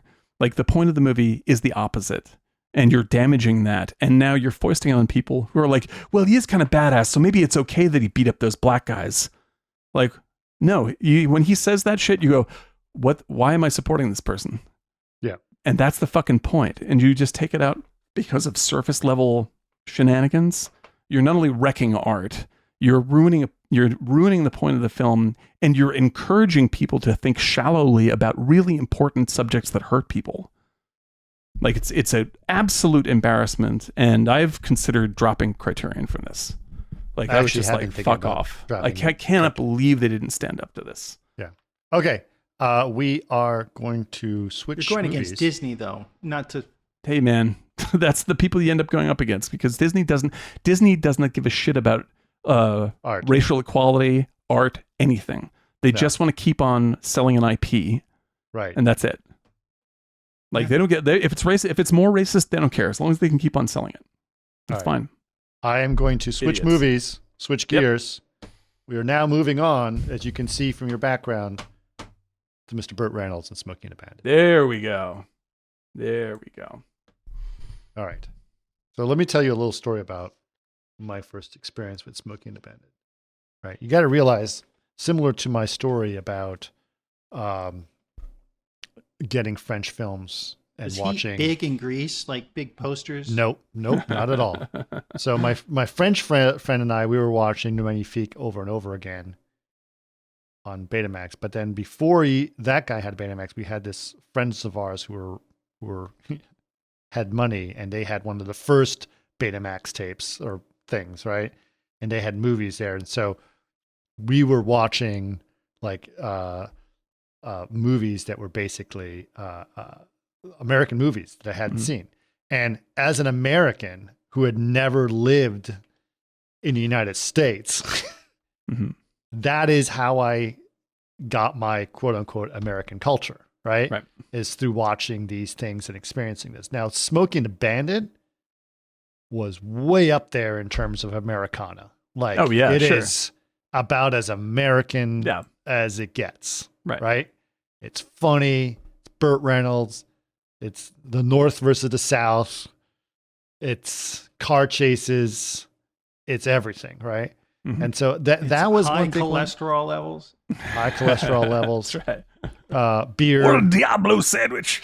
Beer. Truckers. CB radios. Cigarettes. Did Why Jackie were Gleason CB have a smoking radios? problem? I don't know, man. Moly, was that guy just like a chimney? Yeah, it's amazing. Gleason's just smoking the whole time. Yeah. But the other one is, so I did that. And then also my dad gave me a collection of cassette tapes, recordings of old 40s radio shows. And I used to listen to those obsessively. So it had Edgar Bergen and Charlie McCarthy. Sure. Candy. Right. Candy Bergen's dad. Right. Which was hilarious. And it had Abbott and Costello, and it had like The Shadow. It had all these old 40s radio shows. And I remember just listening to these just over and over and over and over again. And it was just like I was obsessed with it. Really, Eric, you remember you were telling me about like listening to old tapes of Woody Allen. Oh my God, right? I live off of yep. Yeah, and I was living off Edgar Bergen and Charlie McCarthy, right. which is strange. Like, think of that, in the early 80s. You know who I loved was Laurel and Hardy. Oh yeah, Laurel and Hardy. Yeah. So that was actually playing in Greece. That was playing on TV a lot. Well, and the thing is, like, Smoking the Bandit is a really interesting cross section of Americana, because it's not simply some good old boys, Southern, like, it's like, yeah, exactly. It's not that. It's like, it's actually like Burt Reynolds and Sally Field are very progressive tinged characters. And like, so they're trying to get everybody in on this movie. Like, it's like, oh, there's a bunch of good old boys, lots of country music, and also we're going to make some other political statements that are very on the edge. They're trying to create like this very big tent America experience. Yes. And make it very joyful and silly and fun. And like the greatness of this movie to me is like not only do Sally Field and Burt Reynolds have terrific chemistry together. They really do. They're incredible in this movie. That relationship is beaten by Burt Reynolds and Jackie Gleason. Those guys are so good and so funny together. Whenever they have like an interaction, I'm just like, this is all I want to see. This is just all I want to see. Like at the when they're getting the burger. When they get the burger. It's just incredible. When he gets two burgers and an iced tea for $1.50. What a comedy duo they were, man. They should have taken. And he's like trying to eat the burger, like Gleason puts his back into this one, like in no other, like Ralph Cramden, any of that stuff. Nothing like this. Like he needed the cash probably. At that time. he it's like this is the biggest swing of his life. An unbelievable character, perfect performance, and Reynolds is just eating it up. Like he thinks it's funny as we think it's funny. Oh, Burt Reynolds is enjoying the film, making the film as much as he is being like the character is enjoying being part of the experience just as much as he is enjoying being an actor. He is Burt Reynolds in this movie. I think it was the second one. That when Coco was in it. Oh yeah, that's right. Yep. And the outtakes, they did all the outtakes just to show the kind of fun they were having. Yeah. And Smokey and the Bandit 2. Yes. Yeah. Right. That's what Don DeLuise was in that one. Once DeLuise enters the Reynolds picture, then it's a whole different thing. Oh, so you got to tell this story too, because this was a digital domain story. Do you remember this? Yeah, he came by. Yes, Eric remembers this because this happened. So Scott Ross was we just did Secondhand Lions with Robert Duvall, right? And so he was trying to turn digital domain into an actual film studio, an actual production studio. And there was another script that they had option they were trying to cast, and the movie was called Instant Karma. Yes, right. Remember that? Much? Yep. And so they were trying to basically cast people for this movie. And two of the people that they were trying to recruit to be in a movie was Burt Reynolds and Don DeLuise. Oh my God. Wow. And they came by Digital Domain together. Oh my God. That must have been a time. And Don DeLuise, this crazy Don DeLuise, pretty sure this is the story that was told to me. But I was there, so I think it was happening. I wouldn't actually witness it, but it definitely happened. Apparently wanted to sit at the front desk and answer the phones. I was like, "Hello, Digital Domain," like he was doing that. Right? That's hysterical, right? And so it was kind of crazy town. And then the other thing I believe happened. It was one of our producers. It was her birthday. Right. And they wanted to do that cheesy thing where they're like, oh, there's a meeting in the Whale, which the Whale was, by the way, at our conference room. Right. Conference room. Right. And so they're like, there's a meeting in the Whale, so please come by for a meeting. And they're like, oh, it's her birthday. So, shh, don't say anything. Right. Those stupid cheesy birthdays where you get that horrible sheet cake. Right. Yeah, right. Right. So they did that. Except when they surprised her, like, happy birthday. And then the person that showed up with her birthday cake was Burt Reynolds. Wow. That's hysterical, dude. That's great. So he's like, I'll bring the birthday cake in. And she's like, what the fuck? Burt Reynolds brought me my birthday cake. Oh, that's incredible. So, yeah. So those are big things. Anyway, Burt Reynolds and Don DeLuise. Great guys. But that was Smokey and the Bandit 2. We're talking about the first Smokey and the Bandit. Oh, I know. But I just thought I'd bring. I know. I was trying to comment on that. They let you in on having the good time in the second film with the end trailers, and that became a big signature thing for them because they just really were having fun, and you get the sense that that's why they did the movies. And you had mentioned that's why they did. I agree. I also think, and that might have been one of the first movies that I remember where they did that. Yeah. I don't think they do that all the time now where they have the quote unquote outtakes. Right. They even do it in animated films. Yeah, like they did that. They did that on Ants, which was hilarious as an animated film. But the Ants was really smart. Yeah. That's very funny. When they did that with the boom coming down. The boom, yeah. But yeah, it was a breakthrough comedy moment for when they did that the first time around. Yeah. So and Jackie Chan did it, of course, in with his failed stunts, which is also great. You watch like Police Story and stuff like that, where You watch him Drunken fall off Master, of- where you actually Jesus. watch him actually hurt himself on Badly. running on the coals. Yeah, exactly. Like, yeah. He falls 4 stories in a mall off a tree. You're like, And then he actually Okay. see him break his actual leg. yep. Yeah. Yep. And then they painted the cast to look, To like, look a like sneaker. a sneaker. That was in Rumble in the Bronx, I think. Rumble in the Bronx. That's right. Yeah. That's the greatest. That's the greatest. What a champion that dude was. That's amazing. Yeah. Yeah. Yeah. But yeah, like yeah, but I think the line that wraps that entire thing up for me is actually from Cannonball Run. Dave Judy just put it up. No, Cannonball that's Run. what it is. It was Cannonball Run, Cannonball not Run. Smoking the Bandit.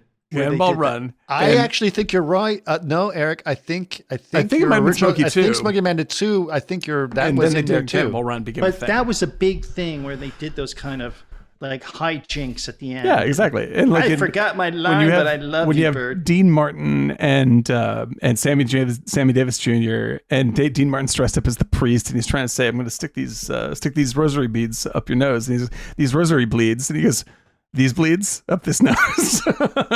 It stuck with me since I was a child. These bleeds up this nose.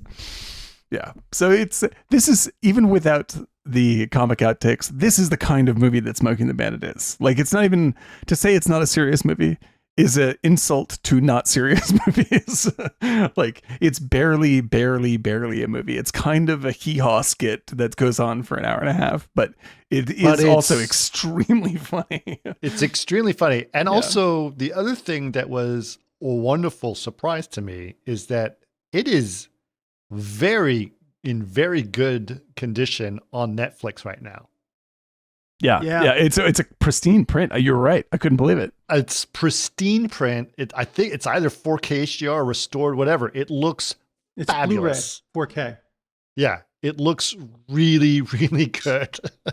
And so I highly recommend you get it on Netflix. And if you have a 4K stream and a 4K TV, watch it, because I'm like, oh, the grain is great. Everything looks great. I was really, really surprised by it. Great grain. Yes. And it's a very simple story, so it won't take us too long to get through it. But it's very, very funny. Okay, so how does it start?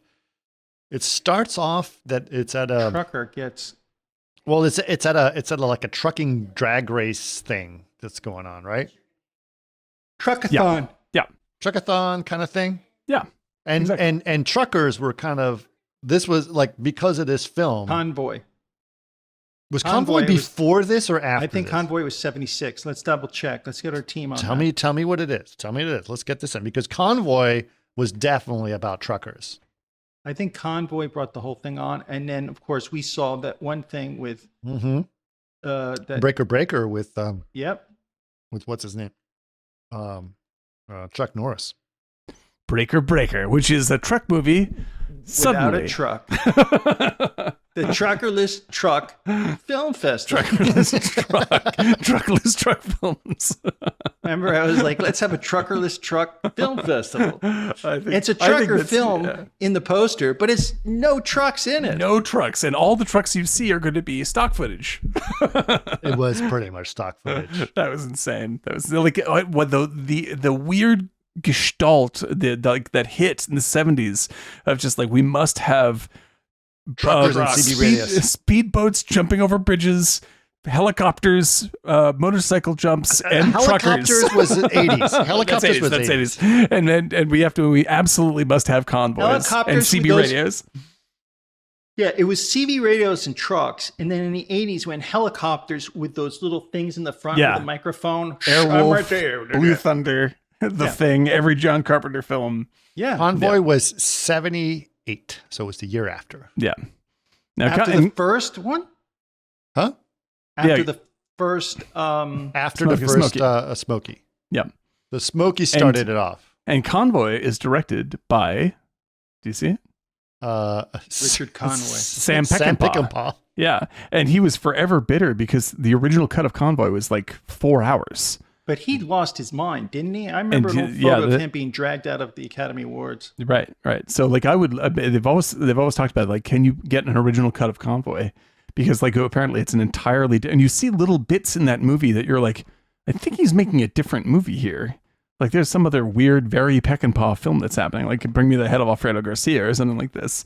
And instead they turn into this like sort of campy, weird. It would be Smoking so the Bandit strange movie. to be like, it's actually a movie about the snuff film industry, but they made it into a trucker film. It's like, what? It's truckerless truck film. That's what it is. Like, how the hell did Gotta that? do some, call it Convoy and make sure. Yeah, I think that maybe that's The it. executives panic.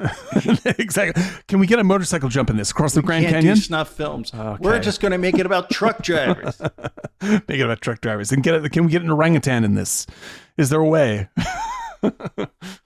That was filmmaking. That was studio filmmaking in the 70s. How do we get an orangutan in this? Yeah. That's Right? gonna make a hit. Eastwood. I and wonder if they. orangutan. I wonder if they just thought, well, there's no SAG for the orangutan, so this is a great ways to save money. Pardon me. They don't have to pay him like SAG rates or anything to the orangutan. Do you think that's what it was? I'm sure there was something like, I have a great deal with the San Diego Zoo.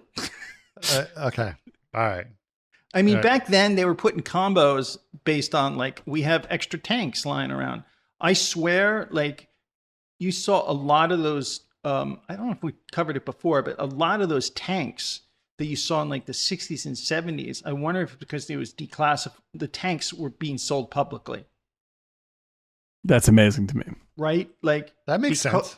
Like, because they have to be demilitarized and there's a certain period where the government holds on to it. And then they're like, oh, we got all these tanks in the desert. Let's just sell them off. A collector bought them. And then like, let's make a war movie.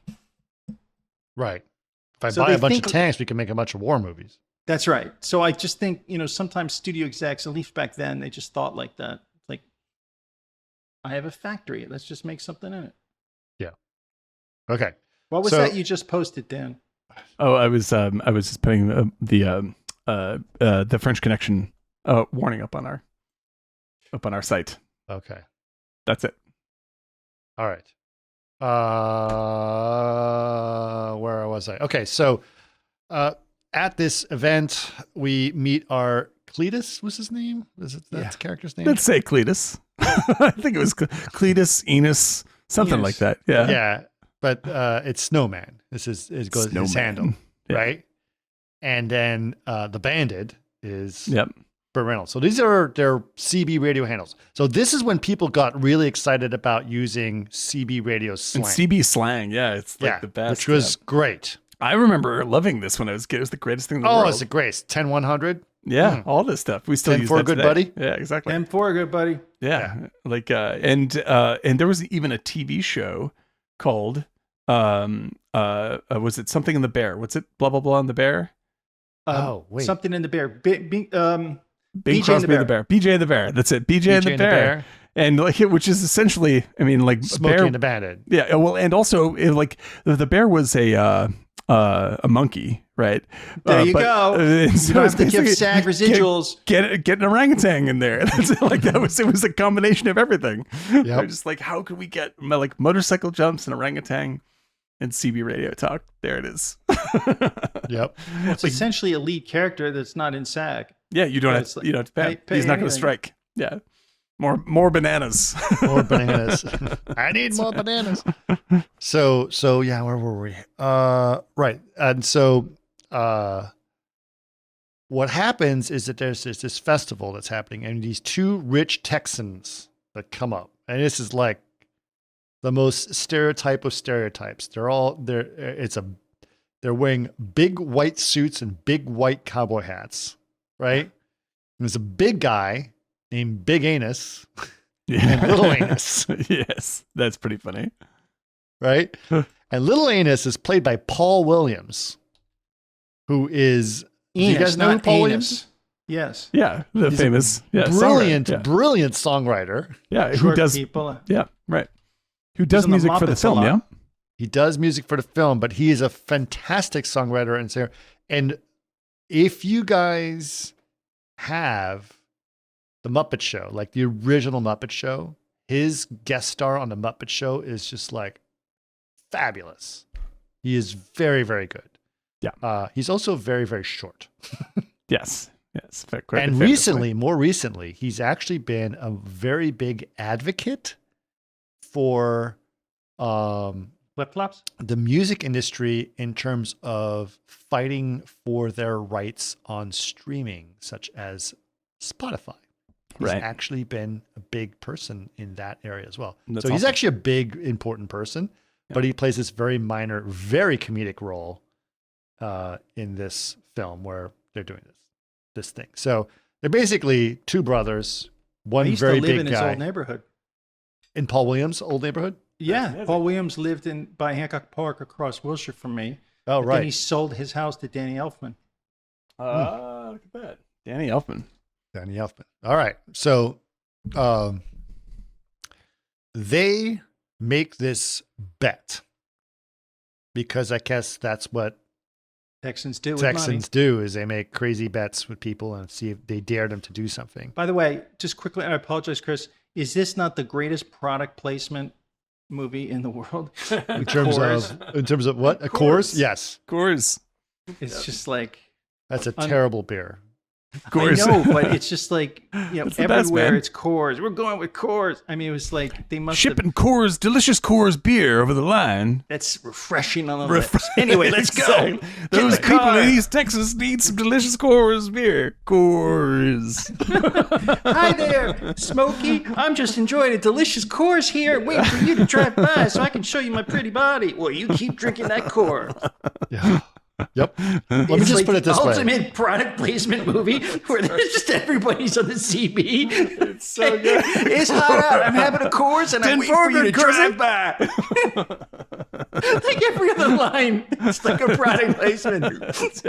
What do you think about that? Couldn't that be another product placement film festival? Right, exactly. The product But placement everything- film we're in- festival we're brought in to you by college.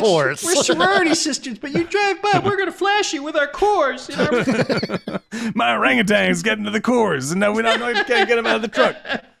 That's why I call him Coors, because he's sweet and easy on the road. Yeah, it's unbelievable, dude. Wasn't the guy? guy who made Coors? He's like a super right wing guy, right? No, really? Yeah, Is that possible? they live Yeah. in Colorado. In Colorado, yeah. Yes. Fresh from the Rockies, which is funny because they go to Texas, and Texas has some pretty good beer. Shiner is a delicious beer. That's true. Very true. Now, the goal basically they do this. How much time did they give them? They're like 28 hours, right? Something like that. And so they basically tell them you need to go. They're in Georgia. It's like Texarkana. you're going to go to Texarkana, which is in East Texas, right?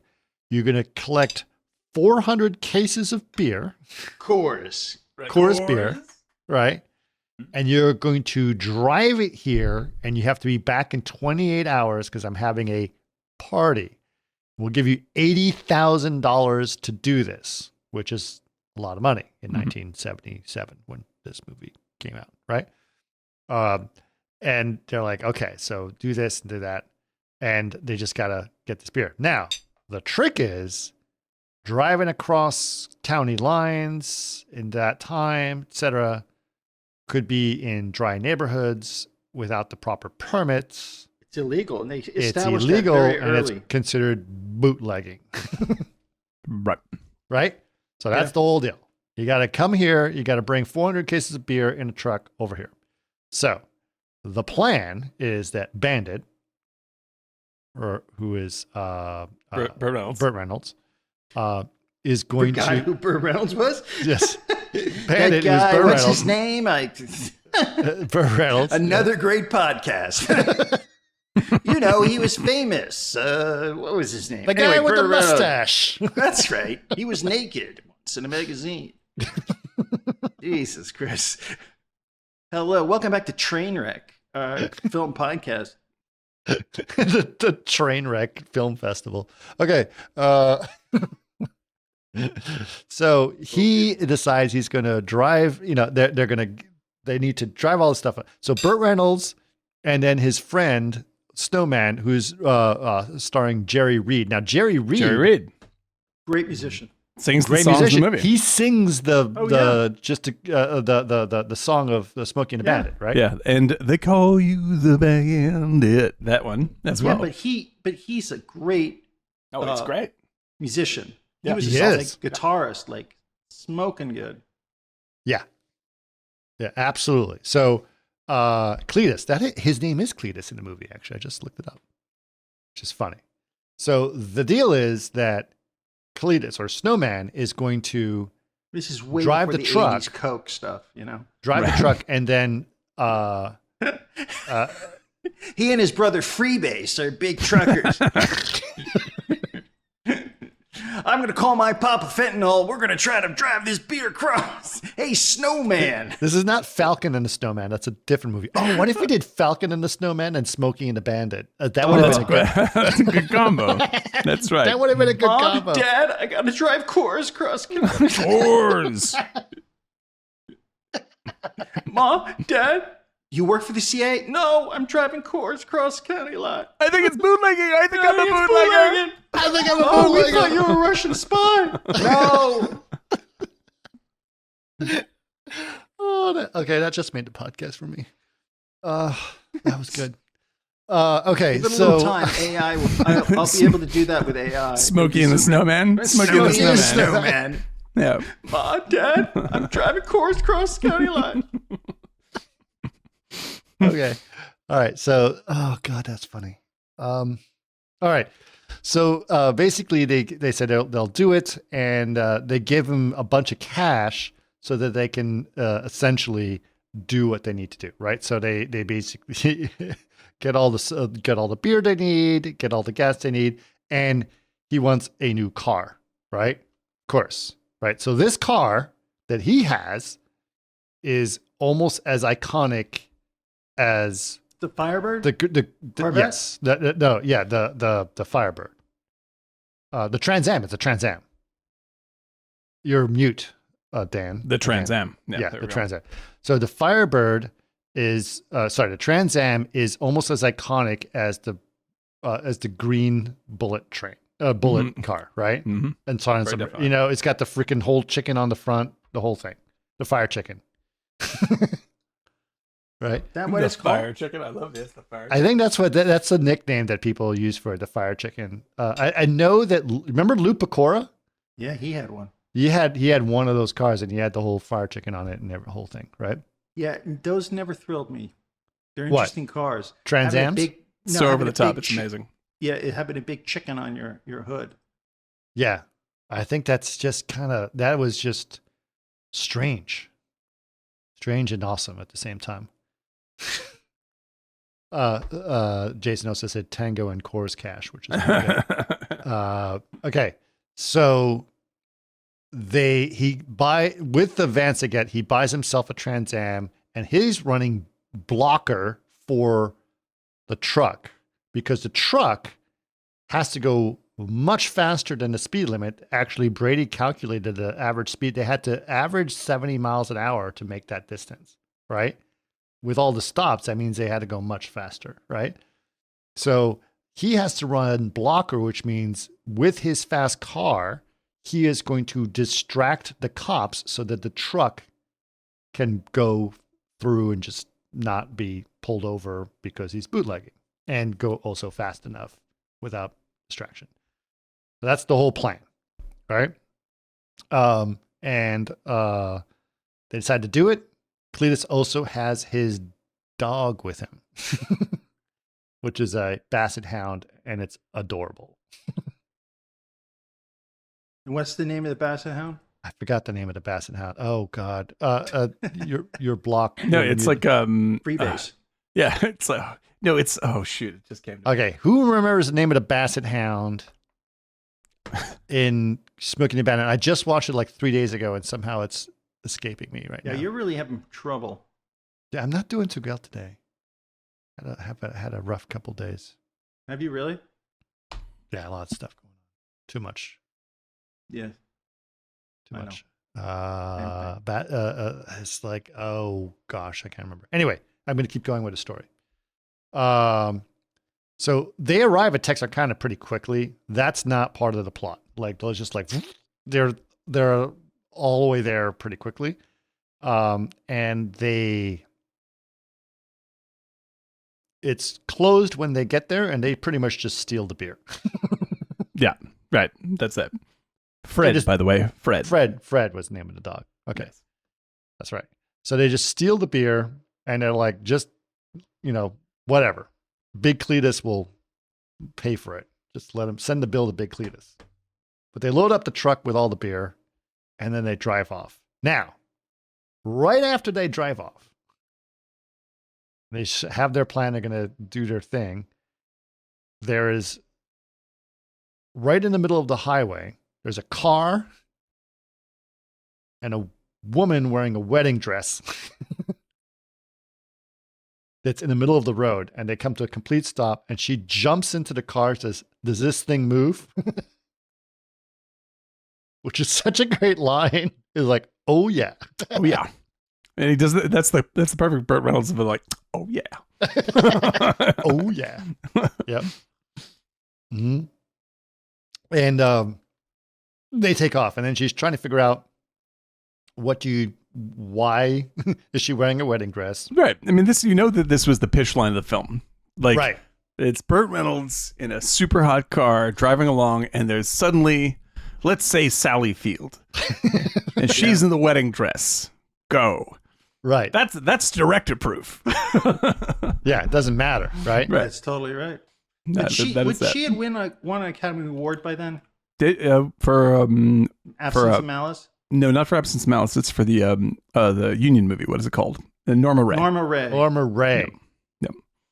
But she also did, what's the Sybil? Did she do that? Yeah, that's what put her on the map. It's Sybil's not a great movie, but no, she was famous for being Flying Nun. Yeah, the Flying Nun. But in terms of like being taken as seriously as an actor, it was Sybil, which is not a great movie, but it's a very intense performance that got her real acting roles, right? Then she does Norma Ray, gets the Oscar. I think Norma Ray is before Bandit, but I'm not sure. But after that, she is caught between playing Smokey and the Bandit parts and trying to be more serious. And she pushes it too far into like Academy Award winning kinds of serious roles. I Know You Like Me. Yeah, and that's what ends up crashing her career. Yeah, like she was desperate to get the applause. Yeah, the affirmation.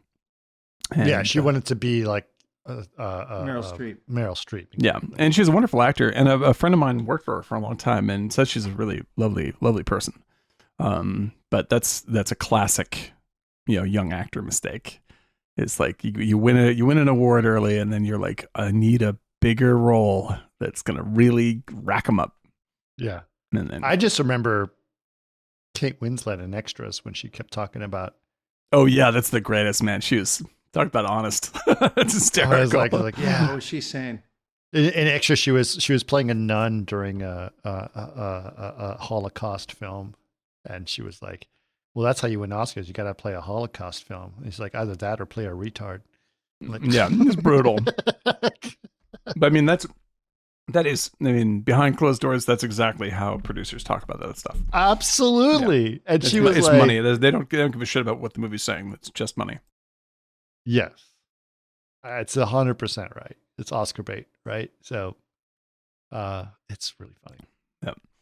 Yeah, she's an excellent actor, and I applaud her for being on that show and making fun of herself. The funniest part of her being on Hilarious. Extras is after she's playing this like benign nun in the thing, and then the minute they hit cut, she turns into the horrible, crudest, most vile. Like she's like giving fake blowjobs and like in the nun outfit that she's still wearing. It's so good. It's so good. I think my favorite person ever on that show is David Bowie though. When he starts singing the song, "Angry Little Fat Man," like it's the best. Just roasting Gervais to his face in song is one of the funniest things I've ever seen in my life. Oh. No, I think I got a good. I almost have it. Angry little, no, chubby little Fat man. So good. Have you follow Ricky Gervais on Instagram? No. he does a lot of pictures of himself in the bathtub, which is hilarious. That's lovely.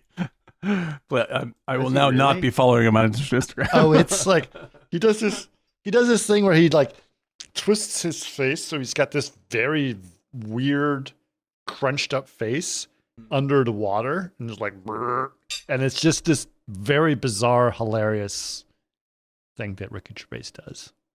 And I just love the fact that he's like, yeah, I'm okay with that. That's going to be my persona on Yeah. Instagram. Hey man, that's better than me. Yeah. No one wants to see me do that. Yeah. Guaranteed. Okay, so she gets in a car, and she is, as she's doing that, he's trying to figure out what's going on, but he doesn't really seem to care. He just enjoys the fact that he's got this crazy little person in the car.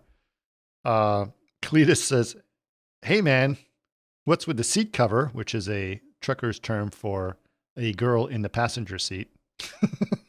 Oh yeah, right. Just saying. There it is. I learned a lot of truck. I got into like trucker slang because I got into this because like things like, if a car is rolled over on the highway and it's called greasy side up. Greasy side up. So Choke and puke's my favorite. Choke and puke is a good puke. one. Yeah. And so there's a lot of terms like that. But anyway, so she is getting out of her wedding dress and veils are flying. Also, if you guys don't know, a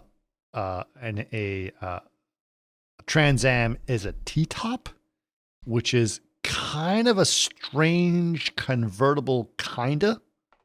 It's like the P-38 of cars. Right? It's a weird thing that will cut you in half in an accident. Yeah. So That's why if you know the P-38, you couldn't. If you jumped out of it, and there's chances you'll just be sliced in half. What's the P-38? It was the plane that had the back section was two pieces of fuselage with a long wing. If you look it up, and it had a big rudder or aileron through it going across the span between the two fuselages. And the thing was, if you jumped out of it, it was World War II, you just would be sliced. It's a good chance that the back wing would slice you in half. So that was a design flaw. So that was the whole point of that. But the Trans Am has that weird thing, which I'm sure if the car rolls, it'll do damage to your head. Right. Well, the way it is that it's instead of a convertible where the whole top rolls back, the middle part between the passenger and the driver's seat would stay connected. So that's why it was called a T-top, because the front would be a T and it would go back. But the tops are, it says unmute Dan. So Unmute Dan. Okay, you're unmuted. Okay.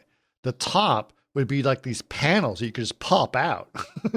Right. It wasn't actually a convertible. It was like these panels that you would have, and you could that were pretty interesting.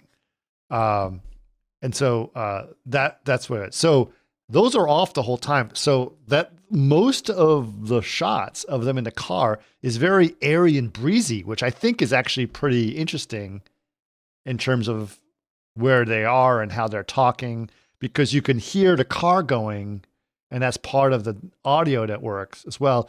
As when she gets in the car and it's a convertible, her wedding dress is kind of flying all over the place, which is also interesting, right? Right. Yep.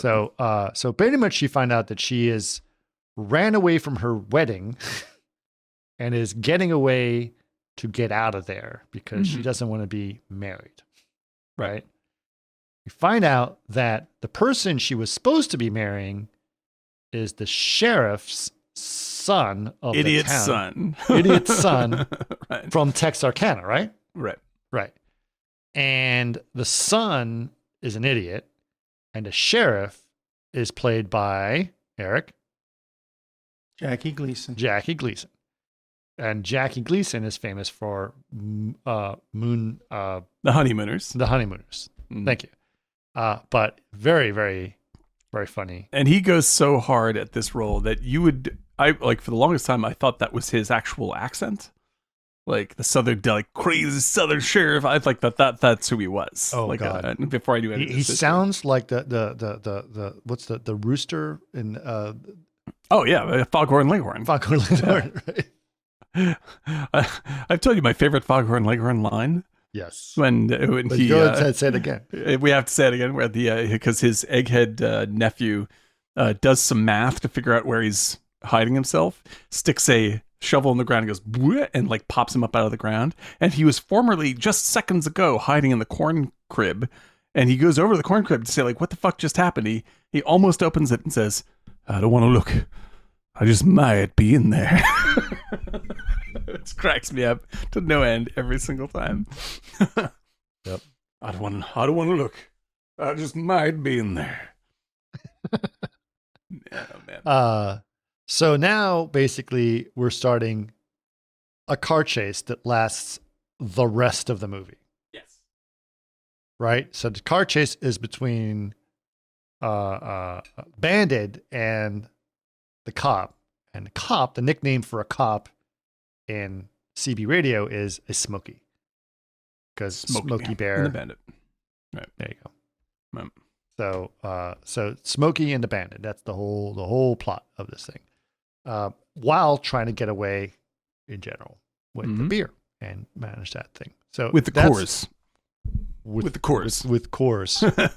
Right? Not beer, Coors. And so at this point, we're introduced to. There's not much going on at this point except for crazy antics. Yeah. And Hijinks. Fast driving, crashing into things, dumb jokes. Right. Kind of stuff. You know, that's what they do. Yeah. That's what they do. What are some of your favorite antics during the whole thing? Oh, man. I like the bit where they are trying to, like, I like Field and Reynolds doing the swap seats gag is really charming, kind of sexy, and very funny. Yeah. Well, she's driving. Yes, that may be my favorite scene in the movie. Like, yeah, where you well, just you see this picture I put behind Eric, Mhm. where she is in his lap. Yes, and holding him, yeah. like romantically, while they're driving 110 miles an hour. Yeah, like they work well together. These kids. Yeah, they really were. They were really A lot of tight pants in this film. A lot of tight pants. It's a tight pants movie. It's a very tight pants movie. And you can tell, like, this is one of the scenes where the scene almost breaks the, like, they're having so much obvious fun that they're not really their characters anymore. And sort of has that sort of Saturday Night Live breaking thing happening, but it really endears me to the movie is about being endeared to the actors. Right. You know, and it's not about the movie. It's as fluffy as it gets. Yeah, it's pure fluff. But that's what makes it so much breezy fun. So yeah, I think that, like, that little shtick is great. There's plenty of great, like, car chase. I like nonsense. when you say breezy fun. There's something about it. It's breezy. It's fun. just breezy fun. That's like if you breezy fun, says Dan Braun of the New York Post. 100% breezy fun. Like, this is like, if this is something that if it pops up on the first page of Tubi, I'm putting it on. Like, right. That is exactly what this movie is. Like, no thought whatsoever. This is a perfect. You remember we talked about, like, if it's going to be Sophie's Choice or Overboard, you're going to watch Overboard. Overboard, exactly. Smokey and the Bandit would definitely be. Yeah, that's a big winner. That's a big winner. You know, and you can start it at any point. Yeah, exactly. Captain Ron. These movies, like, they're designed for this. Right. Like, I don't really want to watch. But I think there's something very Americana about this specifically. It is. Right? Mm-hmm. Yeah. It's a certain Americana. It's a specific 70s. It's MAGA pop. before MAGA. Yeah, and not in the incredibly negative way that. No. Yeah, that's not it. It's celebration of the working man, of the people, and they have, they are part of something as well. Right. There is a sly political statement that happens in this during their falling in love talk, right? Where they're like, "Oh, I wish the South won the Civil War." It's controversial, right? It's controversial, but it gives the movie a certain pop. Yeah. That's not exactly what they say, but they're debating the kind of music that they like and the different. And there seems to be like a Yeah. class distinction. It's a that's class going on, warfare thing. Yeah. right? And Very much so. Very much the so. South has always felt like they're playing second fiddle to the snobs from the The rich Northeast. snobs. Yeah. Yeah. The rich snobs from the Northeast Mhm. specifically. Feel that's Burt Reynolds' attitude was because he started his own theater company in Florida. I Mhm. don't think he liked Hollywood. I think you're right. That's probably true. I can't hear Eric Dan because he's eating and not talking to his microphone. Sorry, gotta keep that blood sugar You on. gotta No. figure out, are you No. eating or are you podcasting, Dan? I'm eating. Okay. All right. So the thing I think is like interesting is like they make that statement about, like country music, you like, what was Donnie and Marie? Remember them? Yeah. But No, you Don see, Marie, that yeah. was all that time too. Yeah, it was Honestly, the same time. Eric. yeah. So it's like they hit a I'm right a little nerve bit with that. country. I'm a little bit rock and roll. But we're both Mormons from Utah. Right. Yeah. No, that's the subtext. But yeah, no, like there's a happiness about America in this movie, and it's an apolitical sort of contest that's happening. Like, isn't it funny that we are in love, Sally Field and Burt Reynolds? But she in is real life, they were dating or after the film. I don't know. If that's, yeah, Were they dating? I feel like they dated. must have been. They feel like they are. No, they But- were. They were together, but Yeah. I know he was with Dinah Shore at the time. Oh, look at that. Yeah. I just Dinah got the Shore. gossip. Yeah, there you go. But yeah, like I think that's part of the charm because she's northeastern. She likes what was it like Andrew Lloyd Webber or whatever it is. Yeah, Sondheim. Sondheim. Yeah. Now, is she really Northeastern or is she a Southerner? Because she has a Southern accent that wants to be a Northeastern person, Yeah, that's true. That's true. right? So, But she has I the think- trappings she has the liberal trappings and the intellectual trappings that he is. Right. Desires. Yeah. And That's so what she what the desires for. Not statements just- family or Yes. country living, but Right. like, I want to go up there and become I want a to go star. to Broadway and Right. be a He's like, star. And yeah, "Oh, exactly. Right. amazing." Right. That's So- what she wants to do. And he's like, that's not important. What's important is the people and Coors beer. Coors. Well, Bring the Coors he out. doesn't even do that. All he does is like, I like this, and that's Yeah. okay. And she is trying to find common ground. You guys, we can't do eating and podcasting at the same time. I do it all the time. Yeah, I know. And I hear the clinking, and it's just like, I always eat. I mute. I know, but I'm it's mute. just like we have a podcast We- that we're we doing. have- and we- you we guys have are a just very- sitting here having dinner. I mean, Everyone's it's fine. welcome to have dinner with us. Please, Yeah. please join. Please join. Yeah. I tried to mute through the worst of the chewing, and then don't get it into Okay. my beard. All right. we're podcasting through 6 o'clock. Something's got to be done. There has to be It's some not snacking. 6 o'clock. It's 5:40. I mean, We'll- is we'll this be- an early bird special? I mean, what's going This on? is it. It's the blue plate. It's the blue plate 8:30 for me, podcasting. dude. 8:30 for Eric. That I get. I understand. that's but it. but anyway. Please But there's comment on our something about Discord. her trying to be slightly snobby and is like, how could I fall? Well, she left her husband, right? Right. Who's Southern. Who's so Who's Southern. just, yeah, who's a She dopey desires Southerner. to do Yeah, more with exactly. her life. Right. And right. she's and cultured. so the more Right. exactly. Go ahead, Eric. She's cultured, or she wants to be more She cultured. wants and that's to her be- desire right. to escape. And she likes him, but he seems more in the tune of what she just left, her fiance. Yeah, she's like he's like Culturally, but not intelligent. He's smart. Yeah, like he's a charming, smart, yeah. nice guy. Yeah, exactly. Like, he's got his life under control. He's a good guy, and he's got everything that she wants. That she was formerly blaming on Southern, doofusness of her husband, and now she's like, oh, maybe I was wrong. But yeah, Right. like the flavor, because I mean, like Also, Old South and New South. Old South and New South. This is a New South movie, right? And which is like people are shocked that there was a show like not Smoking the Man, rather was the General Lee and all that stuff. The Dukes of Hazzard. Dukes of Hazzard, right? Dukes of Dukes Hazzard. By the way, this is also at the same time when George's Leonard Skinner was huge. Yeah, which has some racist shit in it, boy. Wow. Yes. Yeah, that's some bad That's a material. Freebird. Okay. Yeah, I exactly. should note. Do you know who owns? I'm almost positive, and someone can look it up and tell me I'm wrong or tell me I'm right. the person who owns the rights to what we were just talking about. Dukes of Hazzard. Dukes of Hazzard. Yeah. Who owns the rights to that? Willie Mays. Is it Willie Mays? My gosh. Nope. No. Who? Bill Cosby. Oh, right. You did tell me that. Did I not Bill say Cosby. that right when you said it? That is a tangled fact, man. That's a tangled fact. He owns our gang. Yeah, that's a tangled bit of fact right there.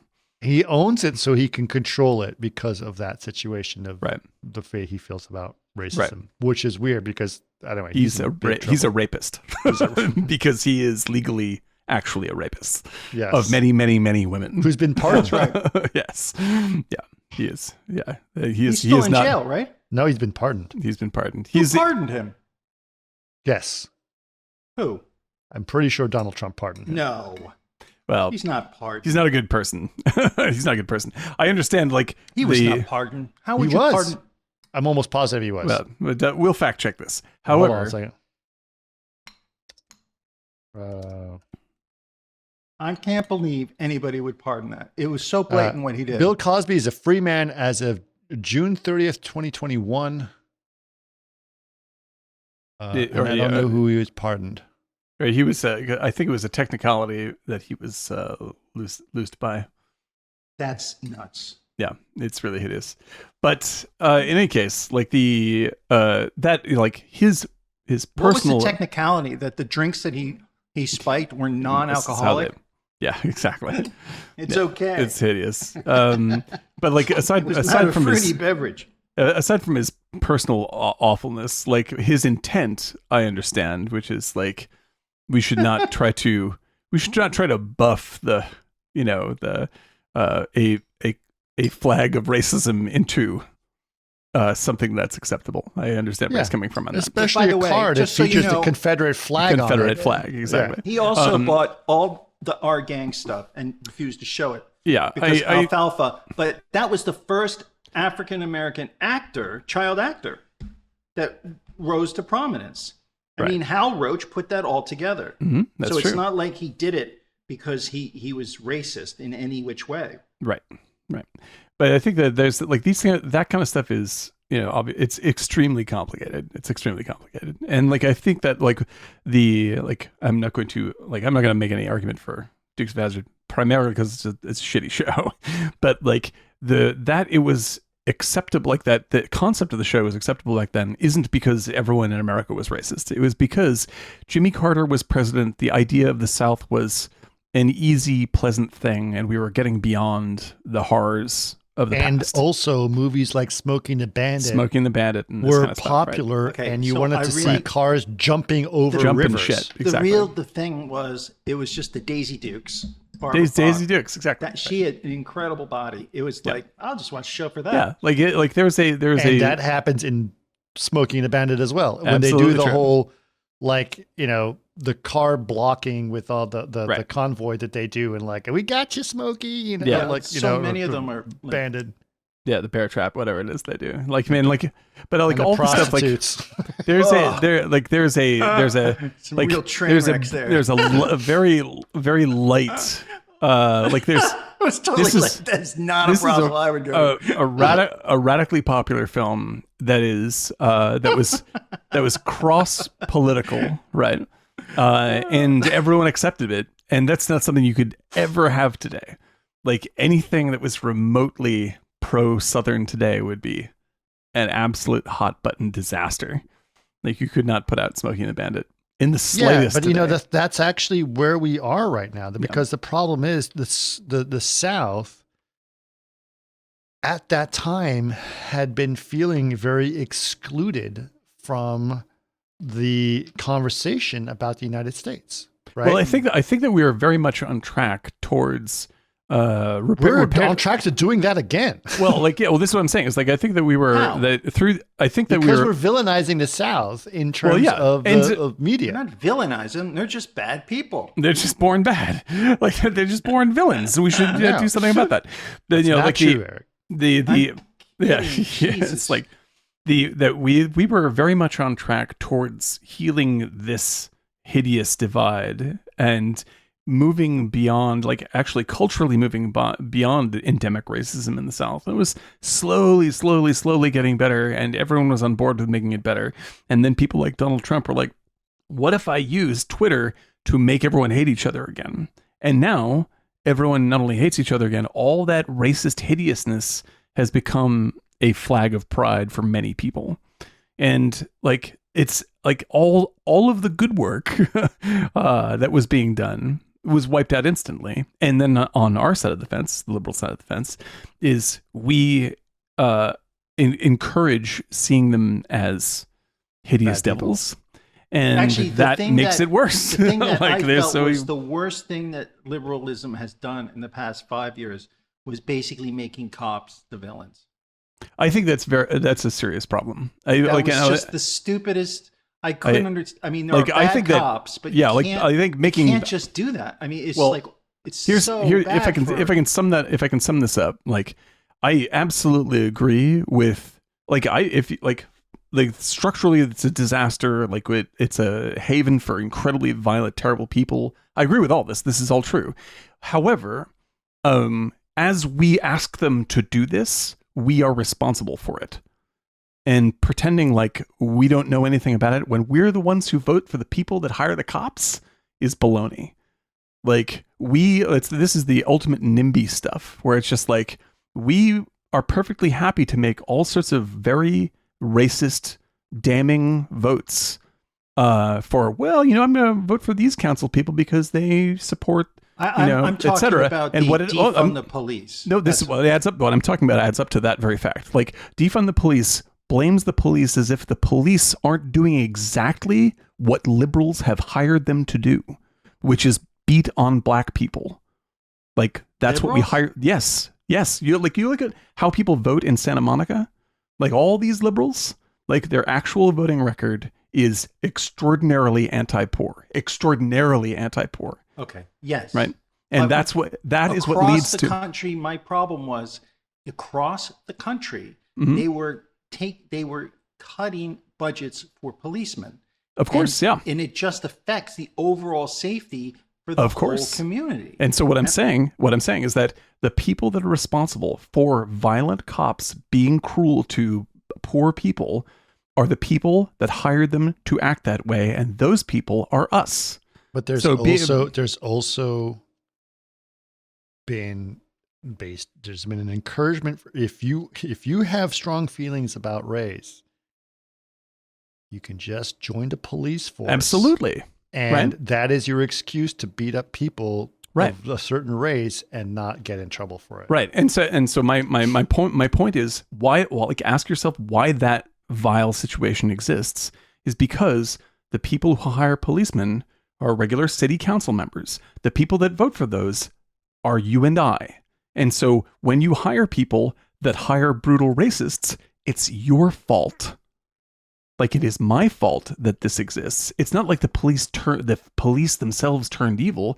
We don't like poor people, and so we pay for this to happen. That's what we do. My issue goes back to, I understand that, and I agree with you in certain terms. I'm just saying these city councils in the past 3 years who have defunded the police have created, and in LA, my neighborhood where I live downtown, it makes things unsafe. It was unsafe. I agree. And the way that no cash bail, all this stuff, it's like you're basically harming everybody. And defunding a police department in Wisconsin doesn't really help your community. Well, this is the problem, right? Is that like by saying this is something magically evil that the police just do is abdicating your responsibility for it happening, right? Okay, and how about not defunding? Well, just for a second, we're on the same side here. Like I'm saying exactly what you're saying, right? What I mean to say is the people that are saying defund the police, like you are the ones who hired people to beat these people. Like you have to accept the fact that you chose this to happen. That's why it happened. And so saying police are villains when you're the villain is disingenuous. Like I agree that these things have to change. The way you change them is by changing your vote about how these things happen. But that's not what we do. We want to blame somebody else, like the Trump supporters or whatever. When we are the ones, middle class liberals made this happen. So first of all, the Trump supporters, that's just Trump capitalizing on, I can make this work for me. Yes. Right. And then you know what he can do? Yeah, I can sell a bunch of merch to them. Like he's literally like a YouTube. It's a business. It's a business. He's just finding business. ways to extract money out of people. Trying to get people to fight so that he can have control and he can have money. No, it's about money. Happening. It's not about any justice or anything else. It's about him getting money from these people. Matter. He doesn't even like him. But I'm not going to get into that right now. I'm going to actually try to wrap this up and try to be more positive, because the whole point of Smoking the Bandit, I know it's like the opposite. We're not going to talk about defund the police. Right. We're actually going to talk fun. about This is a fun movie. Fun movie, right? Like that's the idea. And so like having a set like this, I miss this kind of a movie where everybody in America can just be on board with it. Yes. That's this is good. It's good to actually find things to love about each other and have fun. And the other one movie, we talked about Ghostbusters the other day. That's exactly the same thing. It's like, oh wait, or Die Hard, another one, right? All of these things are kind of like, wait, what? Yeah. Like, but let's just have fun. Same thing. Not the Bad Lieutenant, no. The Bad Lieutenant. Oh man, everyone can come together. Left and right, both sides of the aisle. Bad Lieutenant. All come together. We all had babysitters, okay? Yeah, right. Like that. That's it. We all have babysitters like that. Is that what you said? Yeah, exactly. The girls in the car were Harvey Keitel's babysitters. That's right. In real life. That's it. Yeah, like I think this is the case. Is like the worst thing that Trump has ever done is he's destroyed the ability for us to see movies like Smokey the Bandit. And I actually kind of mean that. Or made the left turn so left that they changed the freaking edit of the French Connection. Of a movie that agrees with them. Yeah, but you can't blame him. He's a knucklehead. No, you can. And I'll tell you why you can't. Incidentally because he empowered a voice that sort of started the revolution. He basically set fire to a thing that was sort of... Trump is. I blame Disney. I don't blame Donald Trump. Well, I like Disney. Disney is an idiot, and they are smart people who run a huge corporation. I will always agree. I will always argue that Donald Trump is not an idiot. He's an extremely devious, awful, evil person. However, he's a selfish pain in the ass. Yes, absolutely. And he's incredibly successful at getting out of trouble and making lots of money. He's a genius. The thing is that he is only a single person. Like the real fault of what is happening right now is that we agree to what the lies that he told us. Like he turns these people into hateful people, and we go, yes, they've always been villains, and now I want to destroy them. And then we fuel him and them. Like that's what he wants. That's what he wants. That's how he makes money. And it's the most obvious trick in the world, to the point where it's even known as a phrase of divide and conquer. And that's what he does. And he's happy to do it. And when you have a movie like Smokey and the Bandit that brings everyone together and it's a super fucking riot, like that is anti-Trumpism. Like admitting that other Americans are not the devil is actually healthy for your country. Like that we're all good people that like a good time, that like Coors and drive fast cars, and it's fun. And that's the problem I have when I watch movies like Don't Look Up, because that's about like, look at those idiots. Yeah, you can't, like, you have to, this is like, that's to sum it all up, like, and including my problem with how we argue for the police to be a better institution, is like looking for others to blame when it's our own responsibility only makes the problem worse. That's it. Like, that's it. That's the problem. Like we've been encouraged to blame other people, and we take that instead of taking responsibility and actually changing it. Like, that's irresponsible. And that when you have something like, if your country is healthy, then you have whatever today's version of Smokey and the Bandit is, you have that, you know, instead of movies that are built to shame the other side that you hate, which there are a lot of. Like Don't Look Up. I mean, like I actually like Don't Look Up, but I think it's flawed in exactly the way you describe. Yeah, it's just saying, look at these morons. So like, well, if you say look at these morons, then you've lost 50% of the people that you need in order to change things. That's a big problem. Yep. They're not going to go, oh, you're right, I am a dumbass. I am a dumbass. It's my fault. Yeah, it's my fault that I've been believing Trump this whole time. You're the good guys and I'm a bad guy. Yeah, now I agree. Right, yeah, right. Good luck. Yeah. Best of luck to you in that argument. That's not going to work. Yeah. But yeah, so like I love this movie. I've loved it since I was a little kid, and I bought all the toys. I had a little plastic Trans Am. I love that stuff. I love that stuff. And I still love that stuff. I watched the movie a lot. And it's got that truck with the big freaking horse scene on the side of it. It's hysterical. It's great. And it makes light fun of itself and if it's of the culture that it also loves. And it has great car stunts in it. Great car stunts. Yes. Terrific. Incredible. It's outside the Blues Brothers. It's like some of my favorite silliness. Exactly, yeah. Well, Blues Brothers just goes like, let's see how far we can go to insanity. Yeah. Blues Brothers is truly insane, but this is how many cars were destroyed? It's crazy. Yeah. Illinois Nazis. They hate Illinois Nazis.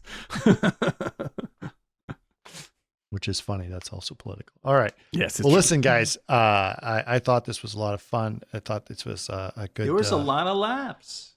A lot of laughs. It was a funny episode. It was fun. Yeah. A lot of anger about French Connection, but I chilled out and I joined the party again. That's okay. Yeah, you were getting heated about that. I get fucking heated about that stuff, man. Art, there's nothing that makes me angrier when you change art.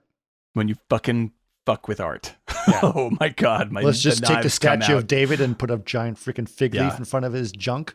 Yeah. Come on, man. Bullshit. Like don't talk to me about how the right is banning books when you are doing this.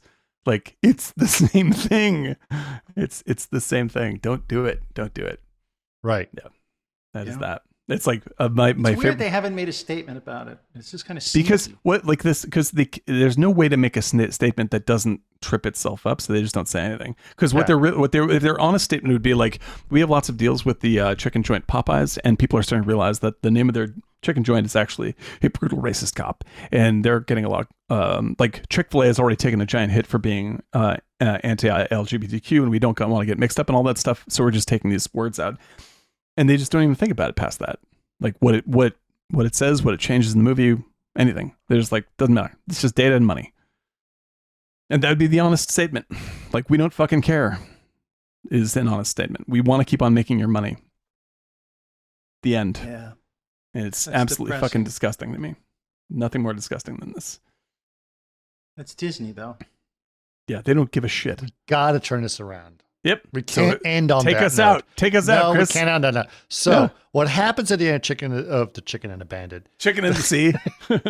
Smokey and a Bandit is they do bring the beer in just in time, right through the banner, but they're still being chased with police. So they get their cash, or they're about to get their cash when they're like, okay, all right, double or nothing. And like, no, we get the cash. It's like double or nothing. You're in Georgia. We feel like some clam chowder. We want it back in 18 hours. Roll credits. And they're like, 18 hours? Double or nothing. All right. They're done. So they escape. They get out of there. Mm-hmm. And then, of course, there's the last confrontation over to CB radio with Jackie sheriff. Gleason. Yep. And they're like, I can't be bad to you. Look over your shoulder. And he realizes he's known who he was the whole time, right? Yep. Right. And so that's and then they take off, and that's the end of the. And that's the beginning of Smokey and the Bandit too. I love. How many did they do? 3? I think 3. They think they did 3, but they did. Did they come back with the clam chowder for the second one? I don't remember the second one very well. I don't even know if it might be. I do remember there was an elephant involved. They were smuggling an elephant. Once you get into that territory, that gets tricky. That's getting off the an elephant. That's getting off. That's called jumping the elephant. Yeah, that is jumping the elephant right there. That is jumping the elephant. They were smuggling an elephant. So there was beer, and then it was an elephant. Just good fun. And they had time. Don DeLuise, and of course we all love Don DeLuise. Yeah, he's funny. It's fun man. I'm more of a Cannonball Run fan. The original Cannonball Run is, if you're looking for absolutely empty nonsense, that is a funny ass film. Kind of like Mad World kind of thing. Yeah, it's just dopey, pure dopiness. My favorite slapstick movie of all time. Silent movie. Yes. Oh my God, Eric. Silent movie? Kismet. Nice. Absolutely. Silent movie. And if you haven't seen Silent movie. Marty Feldman. Marcel Marceau says the only line in the movie. Yep. Also stars Don DeLuise. It is obviously a Marty Feldman. Mel Brooks I think it was his last movie. Is that true? Really his last movie? Yeah. I love He died of a heart attack. Yeah, it's a drag. He was great. Truly hilarious guy. He was good, but it had like the cameo galores of all the very serious actors. Yep. Paul Newman was in it. Yep. Bunch of. I have to see that again. It's been a long time since I've seen that one. Oh, because I like. But it's just slapstick after slapstick after slapstick. I mean, it makes Airplane look like a snoozer. Yeah, exactly. Run silent, run He deep. makes Airplane seem like a talkie film. Yeah, exactly. Like because I like Mel Brooks so much that like one of the funniest Mel Brooks gags I think is in Dracula Dead and Loving It. Like that's how broad I go with Mel Brooks. Like Dracula Dead and Loving It, when they go in to kill Lucy. Lucy's she's been turned to a vampire. She's gonna she's lying dead in her coffin, right? And Harker has to go in and kill her. And he like walks in and says, "Oh my God, she's dead." And Mel Brooks is the vampire killer, and he goes, "She is Nosferatu." And he goes, "Oh my God, she's Italian."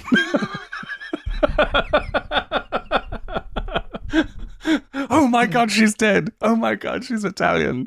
And he explains to him how he's got to put the stake over the heart and drive it home with the hammer. Yeah. Puts the hammer in, knocks the hammer down one time, and it explodes with blood. Right, and which is funny enough. But the second time you see that scene, if you go back and rewatch the scene, he's like, Mel Brooks is okay. Just put the nail over the heart and get ready. And you see Mel Brooks like sneaking away because he knows how much blood is coming.